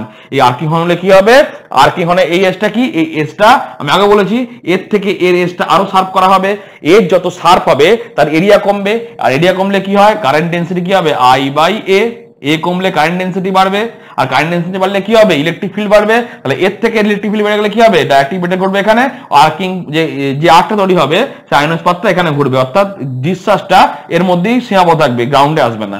কিন্তু তা সত্ত্বেও যদি কোনো কারণে আমাদের আর্কিং ফেলিওর হয়, কাজ করতে না পারলো, এত ভোল্টেজ আমার এক্সিস্ট করলো যে ভোল্টেজের জন্য আমার একটা আর্ক তৈরি হয়ে গেল, অর্থাৎ ইনসুলেটর সারফেস দিয়ে তৈরি জাম্প করছে ডিসচার্জটা, অর্থাৎ আমার ডিসচার্জ কারেন্ট জাম্প করছে কোন থেকে, এই পাথটা দিয়ে, অর্থাৎ এটা কি এয়ার, তো এয়ারটাকে মাধ্যম বানিয়ে নিয়েছে, মাধ্যম বানিয়ে ইনসুলেটরের গা দিয়ে আমার কন্ডাক্টর থ্রু আমার টাওয়ারে গিয়ে গ্রাউন্ড হচ্ছে। তাহলে এটা যদি দীর্ঘদিন ধরে চলতে তাহলে কি হবে, আস্তে আস্তে হিট আপ হবে, অর্থাৎ যে ভোল্টেজে গিয়ে আমার ইনসুলেটরের সারাউন্ডিং যে এয়ারটা আছে সেটা ডাইরেক্টলি ব্রেকডাউন ঘটবে এবং ডিসচার্জ একটা পাথ পেয়ে যাবে, একটা আর্কিং পাথ পাবে, অর্থাৎ আয়নাইজ পাথ পেয়ে যাচ্ছে, অর্থাৎ discharge conductor to cross arm হয়ে গ্রাউন্ড হচ্ছে যে পাথ দিয়ে, যে ভোল্টেজ গিয়ে, তাকে বলা ফ্ল্যাশ ওভার। এবং ফ্ল্যাশ ওভার কিন্তু হঠাৎ করে কিন্তু ড্যামেজ হয় না ইনসুলেটর, দীর্ঘদিন যাবত এভাবে লিকেজ কারেন্ট কিংবা ডিসচার্জ জাম হতে হতে ইনসুলেটরগুলো আস্তে আস্তে কি হবে, আমার ওর ডাইরেক্টলি ব্রেকডাউন ঘটবে, আস্তে আস্তে প্রত্যেকটা ইনসুলেটরে কি হবে, ডাইরেক্টলি স্ট্রেংথ কমতে কমতে কমতে কমতে একটা টাইম দেখা যাবে যে ইনসুলেটরটা ব্রেকডাউন করে গেছে।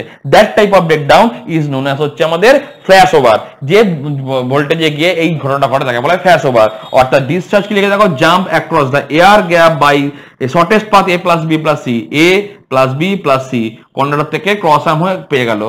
This discharge continue through the edges of the insulator, এই ইনসুলেটর এজের মাধ্যমে দিয়ে পাস করছে, এজ গুলো যেহেতু কেন পাস করবে না এজ দিয়ে, এজের তো এরিয়া কম, এরিয়া কম হলে কি হবে, কারেন্ট ডেন্সিটি বেশি, আর কারেন্ট ডেন্সিটি বেশি মানে কি, কারেন্ট ডেন্সিটি মানে হচ্ছে conductivity into electric field, density বেশি মানে হচ্ছে ইলেকট্রিক ফিল্ড বেশি, ইলেকট্রিক ফিল্ড যদি বেশি হয়ে যায় ডাইরেকশন থেকে, তাহলে মাধ্যমটা ব্রেকডাউন ঘটবে, তাহলে এজ গুলোকে কিন্তু কভার আপ করবে, ওর পাথটার লক্ষ্য হবে এজ কে তৈরি করো, এজ ধরে ধরে ধরে আমার গ্রাউন্ড হয়ে যাবে, and this and destroy the insulator, this known as flash over। এইভাবে দীর্ঘদিন যাবে চলতে হলে কি হবে, আমার ইনসুলেটর ড্যামেজ হয়ে যাবে, একে বলা হয় ফ্ল্যাশ ওভার। তো এইটা একটা কারণ যে ফ্ল্যাশ ওভার পরীক্ষা আসতে পারে, হোয়াট ইজ ফ্ল্যাশ ওভার, তো এটা হচ্ছে ফ্ল্যাশ ওভার। ফ্ল্যাশ ওভার কিছুই না, যে ভোল্টেজে গিয়ে ইনসুলেটরের সারাউন্ডিং যে আমার এয়ারটা আছে সেটা আমার কি হবে, ও ডাইরেক্টলি সেটা ব্রেকডাউন করে যাবে এবং একটা আয়োনাইজ পাথ তৈরি হবে, that is known as arc.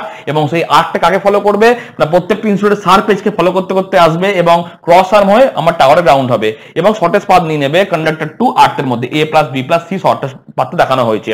কেন যদি বলা হয় কেন হচ্ছে না, সারফেসের এরিয়া কম, এরিয়া কমলে কারেন্ট ডেন্সিটি বেশি, কারেন্ট ডেন্সিটি হলে আমার ইলেকট্রিক ফিল্ড বেশি, অর্থাৎ এই পোরশনটাতে যে পরিমাণ ডাইরেক্ট্রিক স্ট্রেংথ আছে এয়ারে তার থেকে ইলেকট্রিক ফিল্ড বেশি হয়ে যাচ্ছে ডিউ টু এরিয়া কম এজে বলে, ওই জন্য আমরা আর্কিং হর্ন ইউজ করি এই জিনিসটাকে অ্যাভয়েড করার জন্য। যদি আর্কিং হর্ন ফেলিওর হয় তাহলে দীর্ঘদিন যাবত এই জিনিসটা ফলে চলতে থাকবে, আস্তে আস্তে কি হবে, ধুলো ময়শ্চার জমতে জমতে জমতে জমতে কি হবে, ইনসুলেটরের একটা ডাইরেক্ট্রিক স্ট্রেংথ থাকবে সেটা কমবে, এক সময় দেখা যাবে ইনসুলেটর ব্রেকডাউন করে গেছে, and that time insulator breakdown is flash over. And what about puncture, puncture কিছুই না, যদি ইনসুলেটরের কন্ডাক্ট বডি দিয়ে পুরো আমার ডিসচার্জ নেমে যায়, এত হাই ভোল্টেজ জেনারেট করে গেছে যে ইনসুলেটরের কোনো কারণে ফল্ট ছিল, আমার পুরো থ্রু ইনসুলেটরের মধ্যে দিয়ে, এটা কি সারফেস দিয়ে এসছে তো, আর ইনসুলেটরের বডির মধ্যে দিয়ে যে আমার ব্রেকডাউনটা ঘটবে, যে ভোল্টেজের জন্য কন্ডাক্টর টু ক্রস আর্ম যে জাম্প করবে কিংবা হাই ভোল্টেজ কিংবা কারেন্ট পাস করবে, সেই কারেন্টটা যদি আমার কন্ডাক্টরের বডির ইনসুলেটরের বডির মধ্যে দিয়ে হয় তাহলে ইনসুলেটর পুরো বাস্ট করে দেবে, একদম ফাটিয়ে দেবে ইনসুলেটরকে, that voltage known as puncture voltage. তাহলে বুঝতেই পারছো puncture voltage is much greater than হচ্ছে ফ্ল্যাশ ওভার। তাহলে সেফটি ফ্যাক্টর কি ইনসুলেটরের, puncture strength by flash over, puncture by flash over হচ্ছে সেফটি ফ্যাক্টর। তাহলে পাংচার অবশ্যই বড় হবে বিকজ এটা থ্রু বডি হবে, পাংচার হয় থ্রু বডি, আর ফ্ল্যাশ ওভার হবে সারফেস এজেস দিয়ে হয়। তো পাংচার বাই ফ্ল্যাশ ওভার এসকে বলা হয় সেফটি ফ্যাক্টর, আর pin type insulator safety factor হবে নিয়ার অ্যাবাউট 10। ঠিক আছে, এই হচ্ছে আমাদের causes of insulator failure, very very very important. ঠিক আছে, এরপর আমরা আসবো হচ্ছে potential distribution or voltage distribution of suspension type insulator, এর সব থেকে ইম্পর্টেন্ট এবং এরপরে যে প্রুভমেন্টটা আসবে ওই প্রুভমেন্টটা তোমাদের পরীক্ষা আসতে পারে, ওটা হলেই তোমাদের মোটামুটি একটা জায়গায় চলে আসবে কি করে আমাদের স্ট্রিং এভিডেন্স এম করতে হয়, সেটা করলে আমাদের গল্প শেষ আজকের মতো। ঠিক আছে, আচ্ছা, তো এইটা হচ্ছে আমাদের voltage distribution of suspension type insulator, এটা সেকেন্ড পিকচার, ফার্স্ট পিকচার। তো ফার্স্টে দেখতে পাচ্ছি কি আমরা তিনটে সাসপেন্সর টাইপ ইনসুলেটর নিয়েছি, এইটা হচ্ছে টাওয়ার, এইটা ক্রস আর্ম থেকে আমার তিনটে সাসপেন্সর টাইপ ইনসুলেটর ঝুলছে। ঠিক আছে, এই দুটো হচ্ছে মেটাল লিঙ্ক, এইটা হচ্ছে আমার টাওয়ার। ঠিক আছে, তো এখানে দু ধরনের ক্যাপাসিটর ফর্ম করে। দেখো আমরা ক্যাপাসিটর আমরা কি জানি না, যে দুটো বায়োমেটালিক কন্ডাক্টরের মাঝখানে যদি কোনো আমার ডাইরেক্ট্রিক মিডিয়াম থাকে, দুটো বায়োমেটালিক কন্ডাক্টর তার মাঝখানে যদি কোনো আমার ডাইরেক্ট্রিক মিডিয়াম থাকে কিংবা ইনসুলেটিং মিডিয়াম থাকে, then that type of insulator is prepared as a or treated as a হচ্ছে আমাদের ক্যাপাসিট্যান্স। যেমন খুব ছোট্ট কথা দেখো, সার্কিট ব্রেকার যখন পড়িয়েছিলাম, সার্কিট ব্রেকারে যখন কন্ট্যাক্টটা ওপেন হয় তখন কি বলেছিলাম আমি, না সার্কিট ব্রেকারের কন্ট্যাক্ট যখন ফল্ট কন্ডিশন হয়, যখন সার্কিট ব্রেকারের কন্ট্যাক্টটা ওপেন করে এবং সেখানে আর্ক ফর্ম করা তো নয় ন্যাচারাল জিনিস, ঠিক আছে। তো যখনই সার্কিট ব্রেকার কন্ট্যাক্টটা ওপেন করবে তখন সার্কিট ব্রেকার বিএস লাগে ক্যাপাসিটর, বিকজ সার্কিট ব্রেকারের দুটো কন্ট্যাক্টর অ্যাক্রস আমার ভোল্টেজ জেনারেট করছে, এবং সার্কিট ব্রেকার কন্ট্যাক্ট ওপেন হলে যে মাধ্যমটা ওপেন হচ্ছে, ধরো এয়ারের মধ্যে ওপেন হলো, তখন সেই এয়ারটা ইউজ হয় অ্যাজ এ ক্যাপাসিটেন্স। তো এখানে দেখো দুটো মেটাল লিঙ্ক আছে, মেটাল লিঙ্কের মধ্যে আছে ইনসুলেটর, এগুলো কি, এগুলো হচ্ছে ইনসুলেটর, এটা হচ্ছে আমার ইনসুলেটর, অর্থাৎ ডাইরেক্টিভ প্রপার্টি ইনসুলেটরের আছে, ইনসুলেটর এটা, তাহলে এটা ইনসুলেটর কি হবে, ইনসুলেটর ডাইরেক্টিভ একটা প্রপার্টি আছে, তাহলে দুটো কন্ডাক্টিং মেটালের মাঝখানে যদি ইনসুলেটর থাকে then that insulator treated as a capacitance, এবং সেই ক্যাপাসিটেন্সকে বলা হয় মিউচুয়াল ক্যাপাসিটেন্স। অর্থাৎ ইনসুলেটর ইটসেলফ যে ক্যাপাসিটেন্স প্রপার্টিটা প্রোভাইড করে তাকে বলা হয় মিউচুয়াল ক্যাপাসিটেন্স। অর্থাৎ দুটো যে কোনো দেখো, এই একটা মেটাল লিঙ্ক, এই একটা মেটাল লিঙ্ক, তার মাঝখানে একটা ইনসুলেটর, তাহলে এই ইনসুলেটরটা ট্রিটেড অ্যাজ এ ক্যাপাসিটেন্স, ঠিক আছে। তাহলে এই ক্যাপাসিটেন্সটাকে বলা হয় মিউচুয়াল ক্যাপাসিটেন্স। অর্থাৎ ইনসুলেটর ইটসেলফ যে ক্যাপাসিটেন্সটা প্রোভাইড করবে সিস্টেমে তাকে বলা হয় আমাদের মিউচুয়াল ক্যাপাসিটেন্স। তেমনি দেখো এইগুলো দেখো প্যারা লাগানো আছে, একে বলা হয় শান্ট ক্যাপাসিটেন্স। মানে এই যে মাধ্যমটা, এটা কি এয়ার, তো এয়ারের মধ্যে, এয়ার তো ডাইরেক্টিং মিডিয়াম, একটা এয়ার ইটসেলফ একটা ডাইরেক্টিং মিডিয়াম, যদি এয়ার ডাইরেক্টিং মিডিয়াম না হতো তাহলে আমরা এক্সিস্ট করতে পারতাম না, ঠিক আছে।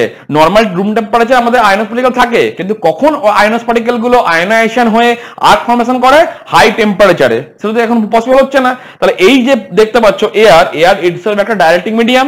তাহলে খেয়াল করে দেখো, মেটাল টু মেটালের মাঝখানে যে ইনসুলেটর গুলো প্রোভাইড করা থাকে, সাসপেনশন ডিস্ক যেগুলো থাকে, ওই প্রত্যেকটা suspension disc itself treated as a capacitance, এবং সেই ক্যাপাসিটেন্সকে বলা হয় মিউচুয়াল ক্যাপাসিটেন্স। আর দেখো টাওয়ার এবং মেটাল লিঙ্ক, এটাও একটা জিনিস, টাওয়ার একটা মেটাল কন্ডাক্ট, মেটাল লিঙ্ক একটা মেটাল, দুটো মেটালের মাঝখানে, দুটো মেটাল কন্ডাক্টরের মাঝখানে আমার কি আছে, এয়ার আছে। তো এয়ার যদি মিডিয়ামটা হয় ডাইরেক্টিং মিডিয়াম, তাহলে সেখানেও একটা ক্যাপাসিটেন্স ফর্ম করবে, and that capacitance known as shunt capacitance, ঠিক আছে। তাহলে মেটাল টু মেটালের মাঝখানে যে ইনসুলেটর থাকে, সেটা যে আমার ক্যাপাসিটেন্সটা প্রোভাইড করবে সিস্টেমে তাকে বলবো যে মিউচুয়াল ক্যাপাসিটেন্স। আর মেটাল আর টাওয়ারের মাঝখানে যে ক্যাপাসিটেন্সটা ফর্ম করবে by the help of air dielectric medium as a, সেটা বলবো আমরা শান্ট ক্যাপাসিটেন্স, ঠিক আছে। তো এটা হচ্ছে কন্ডাক্টর, তো কন্ডাক্টরের ভোল্টেজ হচ্ছে ভিপিএইচ। তো খেয়াল করে দেখো, এই যে টাওয়ার আর এই যে কন্ডাক্টর, এর মাঝখানে কি আছে, টাওয়ার এবং কন্ডাক্টরের মাঝখানে যে ক্যাপাসিটেন্স, তার এক কথা ভোল্টেজ বলতে কোনটা বুঝবো, ভিপিএইচ বুঝবো। অর্থাৎ বোথ ভোল্টেজ আর সেম, এর ভোল্টেজ ভিপিএইচ হলে এর এক কথা ভোল্টেজও ভিপিএইচই হবে। সুতরাং আমরা যখন একে আমরা ছোট সিম্পলিফাই করব তখন তোমরা এটা কিন্তু না আঁকতেও পারো, কারণ এর থাকা না থাকা সমান, ঠিক আছে, কারণ এর ভোল্টেজ ইকুয়াল, ঠিক আছে। নেক্সট হচ্ছে shunt capacitance always less than by mutual capacitance. Shunt capacitance is always less than mutual capacitance. কেন স্যার? দেখো, একটা ক্যাপাসিটেন্সের ফর্মুলা তোমরা সবাই দেখে এসছো, সি ইকুয়ালস টু হচ্ছে এপসাইলন এ বাই ডি, অর্থাৎ যাদের মধ্যে ডিসটেন্স বেশি হবে তার ক্যাপাসিটেন্স কম, যদি ডিসটেন্স আমার বেশি হয় তাহলে ক্যাপাসিটেন্স আমার কি হবে, কম হবে। এবার দেখো, টাওয়ারের সঙ্গে মেটাল লিঙ্ক যেখানে ঝুলছে কন্ডাক্টরটা, ইনসুলেটর ঝুলতে যেখানে, ঠিক আছে, তাদের মধ্যে ডিসটেন্সটা অনেক বেশি রিগার্ডিং দুটো মেটাল লিঙ্কের মাঝখানে। তাহলে এই যে টাওয়ার আর মেটাল লিঙ্কের মাঝখানে যে ডিসটেন্সটা অনেক বেশি, তাহলে কি হচ্ছে, এর ক্যাপাসিটেন্সটা কম, ঠিক আছে। আবার এর আর এর মধ্যে যে ডিসটেন্স দেখতে পাচ্ছ, মেটাল লিঙ্কের মধ্যে ডিসটেন্সটা কম, তাহলে ক্যাপাসিটেন্সটা বেশি। ওই জন্য CS always less than CM, CS always less than CM, ওই জন্য CS always less than CM, অর্থাৎ সিএস সবসময় হবে সাম ফ্র্যাকশন অফ সিএম, সিএস হবে সবসময় সাম ফ্র্যাকশন অফ সিএম। ওই জন্য কে ইকুয়ালস টু হচ্ছে সিএস বাই সিএম।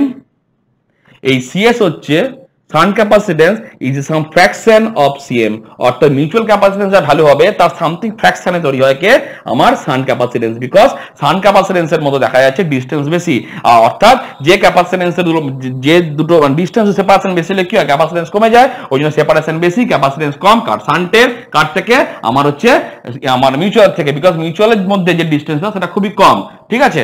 ওই জন্য আমার দেখা যাচ্ছে যে শান্ট ক্যাপাসিটেন্সের থেকে আমার মিউচুয়াল ক্যাপাসিটেন্সের মানটা কম, এটা সাম ফ্র্যাকশন অফ কে। এখন এই যেহেতু ভোল্টেজ দুটো আমার ইকুয়াল, আমরা একে বাদ দিতে পারি, একে আমরা কিন্তু নেক্সট ডায়াগ্রামে আঁকিনি, আঁকলেও ক্ষতি নাই, না আঁকলেও এই কোনো ক্যালকুলেশন আমার আসবে না। তো আমরা কি বলেছিলাম, না আমি প্রথমেই বলেছিলাম যে প্রত্যেকটা ইনসুলেটরের যে 11 কেভি করেই হবে সেটা কিন্তু ফ্যাক্টর নয়, অর্থাৎ voltage distribution in each suspension type disc is not practically equal, এটা কিন্তু ইকুয়াল হয় না। এখন আমরা ধরেছি যেগুলো আনইকুয়াল, V1 V2 V3 আমরা ধরেছি আনইকুয়াল। যদি ইকুয়াল হতো ইকুয়াল ভাবতাম আমরা তো এখন আনইকুয়াল ধরে এগোচ্ছি। তাহলে V1 V2 V3 সবগুলি কিন্তু হচ্ছে আমাদের কি আনইকুয়াল ভোল্টেজ ডিস্ট্রিবিউশন ধরে এগোচ্ছি আমরা। অর্থাৎ এই ক্যাপাসিটরের এক ক্রসে ভোল্টেজ ডিস্ট্রিবিউশন এক ধরনের, এই ইনসুলেটরের এক ক্রসে ভোল্টেজ ডিস্ট্রিবিউশন এক ধরনের, এই ইনসুলেটরের এক ক্রসে ভোল্টেজ ডিস্ট্রিবিউশন এক ধরনের। অর্থাৎ এই যে তিনটে ইনসুলেটর দেখতে পাচ্ছ এই ফিগারে, ইনসুলেটরের গুলো সরিয়ে আমরা কি করেছি তার ক্যাপাসিটেন্সটাকে তৈরি নিয়ে এসেছি। অর্থাৎ মিউচুয়াল ক্যাপাসিটেন্স ধরেছি সিএম একটা, এই একটা মিউচুয়াল ইন্ডাক্স ক্যাপাসিটেন্স, এই একটা মিউচুয়াল, শান্টের একটা দুটো, এটা আঁকতে পারো না আঁকতে পারো কোনো ফ্যাক্টর নয়, ঠিক আছে। তো এখানে খেয়াল করে দেখো V1 V2 V3 হচ্ছে ভোল্টেজ অ্যাক্রস সিএম, অর্থাৎ প্রথম ইনসুলেটরের অ্যাক্রসে ভোল্টেজ V1, প্রথম এর অ্যাক্রসে V2, এর অ্যাক্রসে V3, ঠিক আছে। নেক্সট আমরা যখন এখানে অ্যাপ্লাই করব হচ্ছে আমরা কি না কেসিএল অ্যাপ্লাই করব দুটো নোডে 1 আর 2। তো ফার্স্ট কন্ডাক্টর থেকে I3 কারেন্ট এখানে গেল, এই কারেন্টটা এদিকে আছে I2, এদিকে শান্টে আছে I2 ড্যাশ হিসাবে। আবার এই I2 কারেন্টটা এক নম্বর নোডে গিয়ে এদিকে যাচ্ছে I1 হিসাবে, এদিকে আসছে I1 ড্যাশ হিসাবে। অর্থাৎ I1 I2 I3 হচ্ছে মিউচুয়াল ক্যাপাসিটেন্স কারেন্ট, আর I1 ড্যাশ I2 ড্যাশ হচ্ছে shunt capacitance current. I1 I2 I3 হচ্ছে মিউচুয়াল ক্যাপাসিটেন্স কারেন্ট, আর I1 ড্যাশ I2 ড্যাশ হচ্ছে আমার শান্ট ক্যাপাসিটেন্স কারেন্ট, ঠিক আছে। তো এখানে আমরা কন্ডাক্টরটাকে ধরবো হচ্ছে পজিটিভ পটেনশিয়াল, আর যেটা আমার মেটাল ডিং দিয়ে আসছে গ্রাউন্ডে টাওয়ার দিয়ে সেটা ধরবো নেগেটিভ। তাহলে খেয়াল করে দেখো, এটা পজিটিভ হলে এই পার্টটা নেগেটিভ, তারপর এটা পজিটিভ হলে এই পার্টটা নেগেটিভ, এটা পজিটিভ হলে এটা হচ্ছে নেগেটিভ। তাহলে কন্ডাক্টরে ধরবো হচ্ছে আমরা পজিটিভ, আর যেটা আমার গ্রাউন্ডে আছে সেটা ধরবো আমরা হচ্ছে নেগেটিভ, ঠিক আছে। তো এখান থেকে আমরা ভোল্টেজ ডিস্ট্রিবিউশন দেখবো প্রত্যেকটার মধ্যে কি আছে, এটাই ইমপ্রুভমেন্ট তোমাদের আছে। ভোল্টেজ ডিস্ট্রিবিউশন হচ্ছে আমাদের দেখতে হবে কেমন। তো আমরা বলছি কি না ইন প্র্যাকটিক্যালি কিন্তু voltage distribution is not same, সব সময় সমান হবেই না, এটা কিন্তু বাস্তব কথা, ঠিক আছে। আইডিয়ালি সেম হতে পারে বাট প্র্যাকটিক্যালি নট সেম, ঠিক আছে। তার জন্য আমরা আনইকুয়াল ভোল্টেজ ডিস্ট্রিবিউশন দেখেছি। এবার আমরা দেখবো যে সত্যি কি আমাদের ভোল্টেজ ডিস্ট্রিবিউশনটা কি আলাদা না অন্য কিছু। তার জন্য আমরা কি করব, প্রথমে অ্যাপ্লাই করব এক নম্বর নোডে আমরা অ্যাপ্লাই করব কেসিএল। তাহলে দেখা যাক এক নম্বর নোডে কেসিএল অ্যাপ্লাই করলে কি আসছে, তাহলেই বুঝতে পারবো যে সত্যি কি আমাদের ভোল্টেজ ডিস্ট্রিবিউশন প্র্যাকটিক্যালি আমাদের আলাদা হয়। এই ইমপ্রুভমেন্টে তোমাদের কিন্তু সিলেবাসে আছে। তো প্রথম অ্যাপ্লাই করব,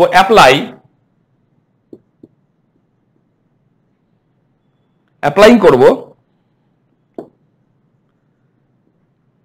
KCL at node 1। তো নোড 1 এ ইনকামিং কারেন্ট কে দেখো, এই নোড 1 ইনকামিং কারেন্ট হচ্ছে I2, আউটগোয়িং কে I1 আর I1 ড্যাশ।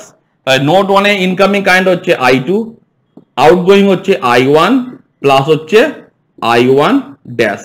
এবার I2 কি, I2 হচ্ছে আমার হচ্ছে মিউচুয়াল ক্যাপাসিটেন্স। তাহলে এই ক্যাপাসিটেন্সটাকে আমরা কি বার করব, দেখো একটা ক্যাপাসিটিভ সার্কিটে কারেন্ট বার করতে হলে কি লাগে, আমরা এই যে ক্যাপাসিটিভ সার্কিট, ঠিক আছে, এর রিঅ্যাকট্যান্স কি জানি আমরা XC, এর এক পাশে ভোল্টেজ ধর হচ্ছে আমার V, বার করতে বলেছে কারেন্ট কত। তোমরা কি করতে আগে RL সার্কিটে তোমরা লিখতে I = V/XC লিখতে, এটাই করতে। তাহলে XC মানে কি, XC মানে হচ্ছে 1/2πfc। 1/2πf মানে 2πf মানে কি ওমেগা, একে লিখে আমরা jωc লিখি, কারণ আমরা রিঅ্যাকট্যান্স প্রপার্টিকে অলওয়েজ ইমাজিনে রাখি। তাহলে আমরা লিখতে পারি I = হচ্ছে V/XC মানে 1/2πfc, আগে j লিখবো j2πfc, that is V/1/jωc, because 2πf মানে জোমেগা, উল্টে দিলে কি হবে V, উল্টে দিলে কি হবে I = আসছে jV/ωc, এটাই আসবে। তাহলে যখন দি বলি স্যার I2 কি হবে, তাহলে I2 এক কোষে ভোল্টেজ কে V2, তাহলে কি হবে এই সূত্রে ফেলবো I2 এর জায়গায়, এখানে I ছিল এখানে I2, তাহলে কি হবে j, তাহলে কি আসবে এখানটা আসবে হচ্ছে V2, কারণ I2 এক কোষে ভোল্টেজ কে, I2 এক কোষে ভোল্টেজ হচ্ছে V2, তাহলে V2 নিলাম বাই এর ক্যাপাসিটেন্স সেটা কি 1/jωCM, যেমন 1/jωc, এখানে C বলতে কোনটা মিউচুয়াল ক্যাপাসিটেন্স CM লিখলাম, ইকুয়ালস টু I1 এর এক কথা ভোল্টেজ কে V1, ক্যাপাসিটেন্স কে সেম CM, তাহলে I1 কি হবে, I1 লিখবো হচ্ছে V1/1/jωCM plus I1 dash, I1 ড্যাশটা দেখো এ আর হচ্ছে প্যারালাল, কারণ এখান থেকে কারেন্টটা ভেঙেছে, এদিকে একটা কাছে দিয়ে গেছে, তাহলে বোথ আর প্যারালাল, তাহলে এর এক কষে ভোল্টেজ কি হবে, এর এক কষে ভোল্টেজে V1 টাই হবে, অর্থাৎ এর এক কষে ভোল্টেজ V1, কারণ এইটা হচ্ছে কমন পয়েন্ট, আবার এইটা হচ্ছে কমন পয়েন্ট, এই দুটো ক্যাপাসিটরের এটা যেমন কমন পয়েন্ট আর গস আর্মথ্রু টাওয়ার হচ্ছে কমন পয়েন্ট, অর্থাৎ বোথ আর প্যারালাল, তাহলে এর এক কষে ভোল্টেজ যদি V1 হয়, এর এক কষে ভোল্টেজ হবে V1 প্যারালাল বলে, তাহলে এখানে কি লিখবো আমরা, V1 বাই এর ক্যাপাসিট্যান্স তো চেঞ্জ হয়ে যাবে কি CS হয়ে যাবে, অর্থাৎ 1 বাই জে ওমেগা CS, উল্টা হবে এবারে, তাহলে J omega CM V2 equals to উল্টা দাও J omega CM V1 plus উল্টা দাও জে ওমেগা CS V1। এবার প্রত্যেকটা ইকুয়েশনকে আমরা জে ওমেগা কমন নিয়ে নাও, আগে জে ওমেগা কমন কি পড়ে থাকছে, এখান থেকে এখন কমন দরকার নাই, জি ওমেগা সিএম V2, এখান থেকে জি ওমেগা কমন নিয়ে নাও, জি ওমেগা কমন নিলে পড়ে থাকছে হচ্ছে CM V1 plus CS V1, জি ওমেগা কেটে গেল, তাহলে বোথ সাইডে সিএম দিয়ে ভাগ করে দাও, তাহলে একে সিএম দিয়ে ভাগ করলে কি হবে, অনলি V2 আসবে, সিএম সিএম কেটে যাবে, আমি লিখে দিচ্ছি বোঝার জন্য, by CM equals to CM V1 by CM plus CS V1 by CM, তাহলে এই সিএম কেটে গেল, এই সিএম কেটে গেল, ঠিক আছে। তো নেক্সট এখানে লিখছি আমরা, তাহলে কি আসছে এখান থেকে, V2 ইকুয়ালস টু এখানে পড়া আছে V1 plus CS by CM into V1, CS by CM into V1, এই CS বাই সিএম কে আমি আগে ধরেছিলাম কে, কোন জায়গায় বইতে এম লেখা থাকে, আমরা বলেছিলাম না কে is equals to CS by CM ratio of fraction of m, কোন কোন জায়গায় কে এর জায়গায় m ধরে, তোমরা m ও ধরতে পারো, ঠিক আছে। তাহলে V2 equals to V1 plus যদি কে ধরো, কে ধরেই করো, ভিকে মধ্যে কে আছে তোমাদের বুঝতে সুবিধা হবে, k ইনটু V1, তাহলে এখান থেকে কি কমন যাবে, V1 কমন গেল, তাহলে 1 প্লাস k হয়ে গেল, তাহলে দেখো potential voltage V2 is not equal to V1, V2 এর মানটা V1 এর সাম কে ফ্র্যাকশন, তাহলে বুঝতে পারছি যে প্র্যাকটিক্যালি কিন্তু আমাদের ভোল্টেজ ডিস্ট্রিবিউশন কিন্তু সেম নয়, V2 আর V1 কিন্তু ওখানে সেম হলো না, তাহলে আমরা এক নম্বর নোট থেকে বার করলাম হচ্ছে V2 ইকুয়েশন বার করে নিলাম। নেক্সট কি করব আমরা, তাহলে এই প্রুভমেন্টটা মনে রাখতে হবে পুরোটা, এটা কিন্তু এই প্রুভমেন্টটাই আছে, অর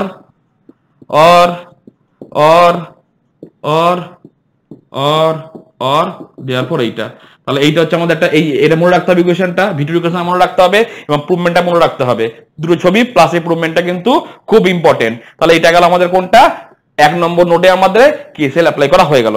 নেক্সট কোনটা করব আমরা কেসিএল অ্যাপ্লাই, নেক্সট করব কেসিএল অ্যাপ্লাই 2 তে করব। তাহলে এখান থেকে কি পেলাম, V2 V1 into 1 plus k, তাহলে এখান থেকে পরিষ্কার বুঝতে পারছো যে আমাদের V2 এবং V1 কিন্তু ইকুয়াল ভোল্টেজ ডিস্ট্রিবিউশন হলো না, অর্থাৎ প্র্যাকটিক্যালি ইকুয়াল ভোল্টেজ ডিস্ট্রিবিউশন হয় না, যদি হতো তাহলে আমার স্ট্রিং এফিসিয়েন্সি বলে গল্প আসবে একটু পরেই, সেটা বেশি হতো, 100% আসতো। তো এটা আমরা পেয়ে গেলাম একটা V2 হচ্ছে V1 ইনটু 1 প্লাস k, এটা কিন্তু মনে রাখতে হবে ফর ম্যাথের জন্য, আর এটা মনে রাখতে হবে। তাহলে কি কি মনে রাখতে হবে, শর্ট ফর্মে বলে দিই আমি, মনে রাখতে হবে m অর k, যেটা তুমি ডিফাইন করবে লিখবে তোমরা হচ্ছে CS by CM, CS always less than হচ্ছে সিএম, তার কারণটা কেন বললাম বলে দিয়েছি আমি, আর বলবো না, দেখে নেবে একবার, ঠিক আছে। আর কি এখান থেকে বেরিয়ে এলো V2 ইকুয়েশন, তাহলে এই ইকুয়েশনটা মনে রাখতে হবে। নেক্সট মনে রাখতে হবে কি, V2 ইকুয়েশন মনে রাখতে হবে, V2 সমান কি বেরোলো, এখানে লিখে দিচ্ছি V1 ইনটু 1 প্লাস k, তাহলে V2 বেরিয়ে গেল, এটা মনে রাখতে হবে। নেক্সট অ্যাপ্লাই করব KCL এট নোড হচ্ছে কোথায়, 2 তে। 2 তে ইনকামিং কারেন্ট কে দেখো, 2 তে ইনকামিং কারেন্ট হচ্ছে I3, তাহলে I3 লিখবো এখানে আমরা,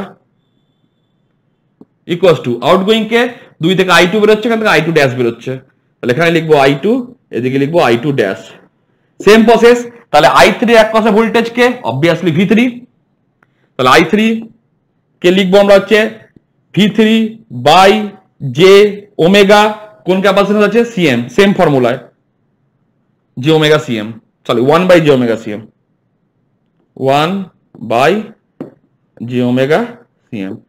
নেক্সট I2 একটা ভোল্টেজ কে V2, তাহলে I2 জায়গা লিখবো V2 by 1 by J omega CM plus I2 dash দেখো প্যারালাল কার, দেখো এই পয়েন্টটা হচ্ছে কমন ফর এর সঙ্গে আর এর সঙ্গে এই পয়েন্টটা কমন, অর্থাৎ এই টার্মিনাল আর এই টার্মিনালের সঙ্গে কমন, আবার এই টার্মিনালটা ঘুরে এখানে কমন, অর্থাৎ এ প্যারালাল টোয়ালটার সঙ্গে, অর্থাৎ এর এক পাশে ভোল্টেজ কি হবে এইটা প্লাস এইটা, কারণ এই একটা কমন পয়েন্ট, এরও কমন পয়েন্ট, এরও কমন পয়েন্ট, অর্থাৎ V1 plus V2 whole parallel ভোল্টেজটা কোথায় আসছে এর এক পাশে, V1 plus V2 whole parallel voltage exist করবে হচ্ছে I2 এর রেসপেক্টে। এটা কি হবে টোটাল ভোল্টেজ হয়ে গেল V1 plus V2 by 1 by J omega CS, কেমন সিএস হচ্ছে ভালো করে বোঝো। প্রথমটা ছিল হচ্ছে I1 ড্যাশ, এর প্যারালাল ভোল্টেজ কে V1, কারণ এই পয়েন্টটা কমন এখানে, এই পয়েন্টটা ঘুরে কমন এখানে, এখানে দুটো পয়েন্টটা কমন, এর প্যারালাল হচ্ছে এইটা।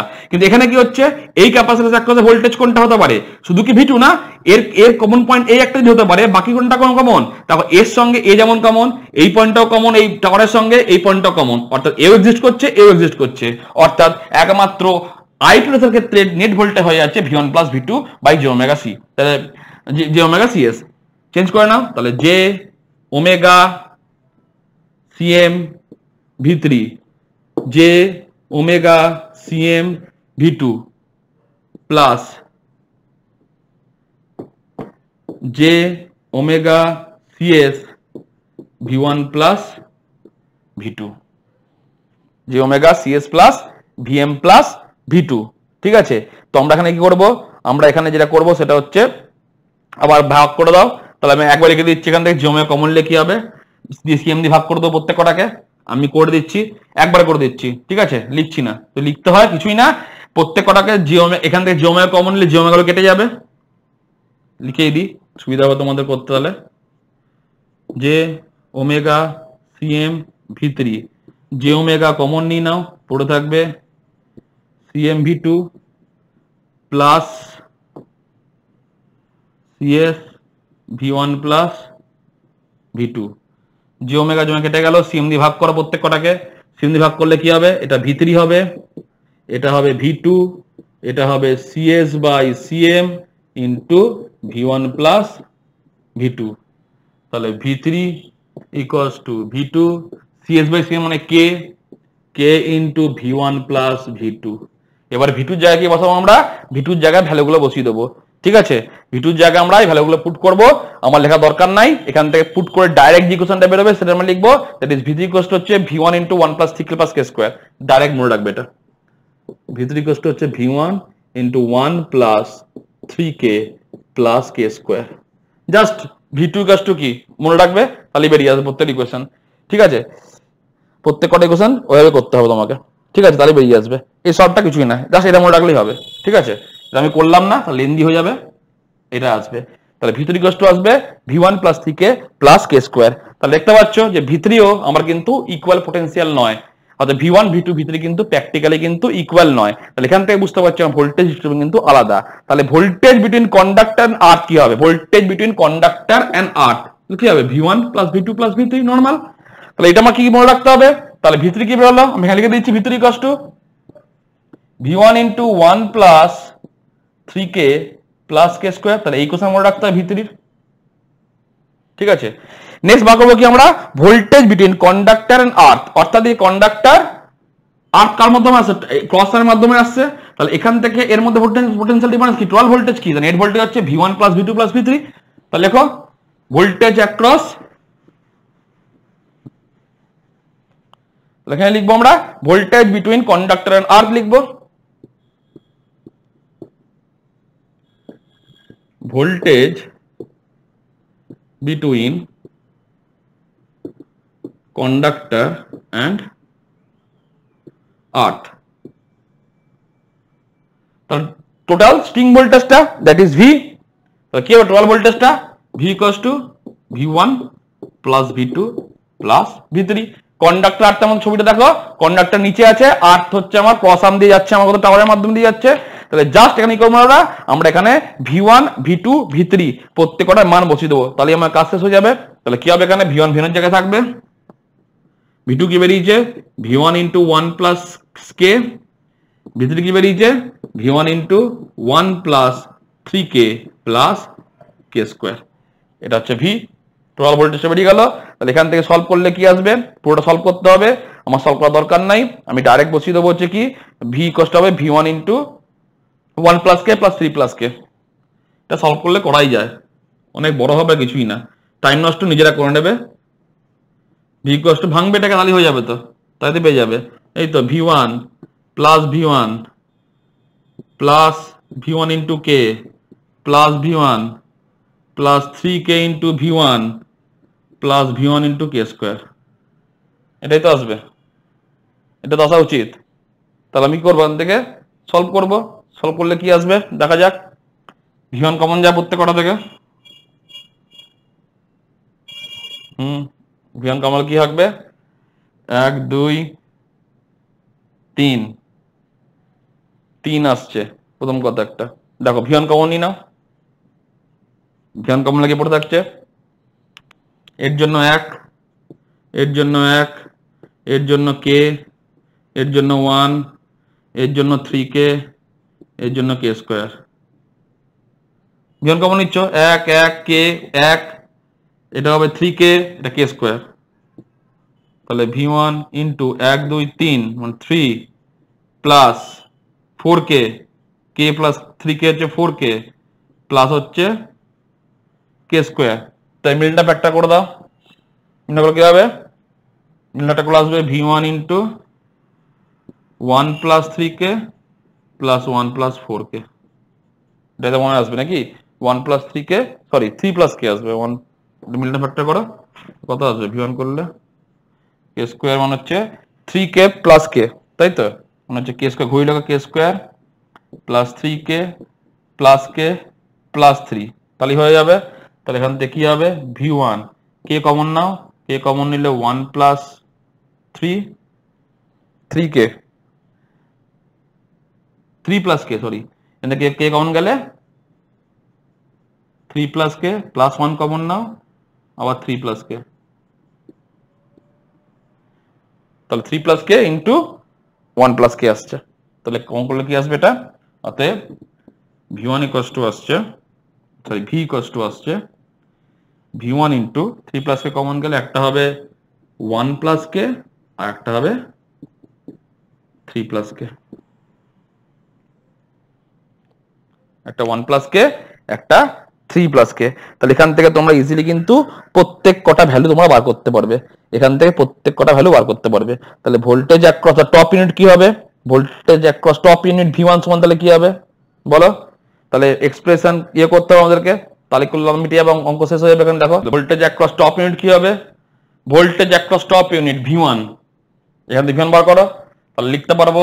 অতএব 1 মিনিট, তাহলে কি লিখবো, আমি এই পার্টটা মুছে দিচ্ছি, প্রুভমেন্টটা এই পার্টটা মুছে দিই।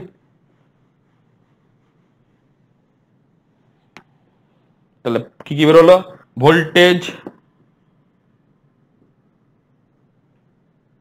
At top unit, top unit মানে হচ্ছে v1, তাহলে v1 সমান কি হবে, এখান থেকে বেরিয়ে যাবে v1 সমান v বাই এই পার্টটা v by 1 plus K by 3 plus K, where k is nothing but equals to shunt by mutual, হয়ে গেল। ঠিক আছে, next middle unit, voltage at middle unit v2 আগে বার করে নিয়েছি, v1 ইন্টু 1 প্লাস কে, v1 ইন্টু 1 প্লাস কে, তাহলে v1 যে বার করতে পারি তাহলে v2 বেরিয়ে যাবে আমার এখান থেকে। Next voltage across bottom unit v3 কি হবে, v1 into 1 plus 3k plus k square. তাহলে আমি এই সলভটা কেন করলাম, এই সলভটা করলাম যে আমার v1 বার করতে হতো, কারণ v1 তো পারছিলাম না, ওই জন্য টোটাল ভোল্টেজ v থেকে আমরা v1 বার করলাম, আগে প্রুভমেন্ট থেকে v1টা বার করে নিলাম। তাহলে v1 বললে কি হবে, প্রত্যেকটা আমার কিন্তু ভ্যালু আমার ইজিলি টুকটুক করে বেরিয়ে চলে আসতে পারবে।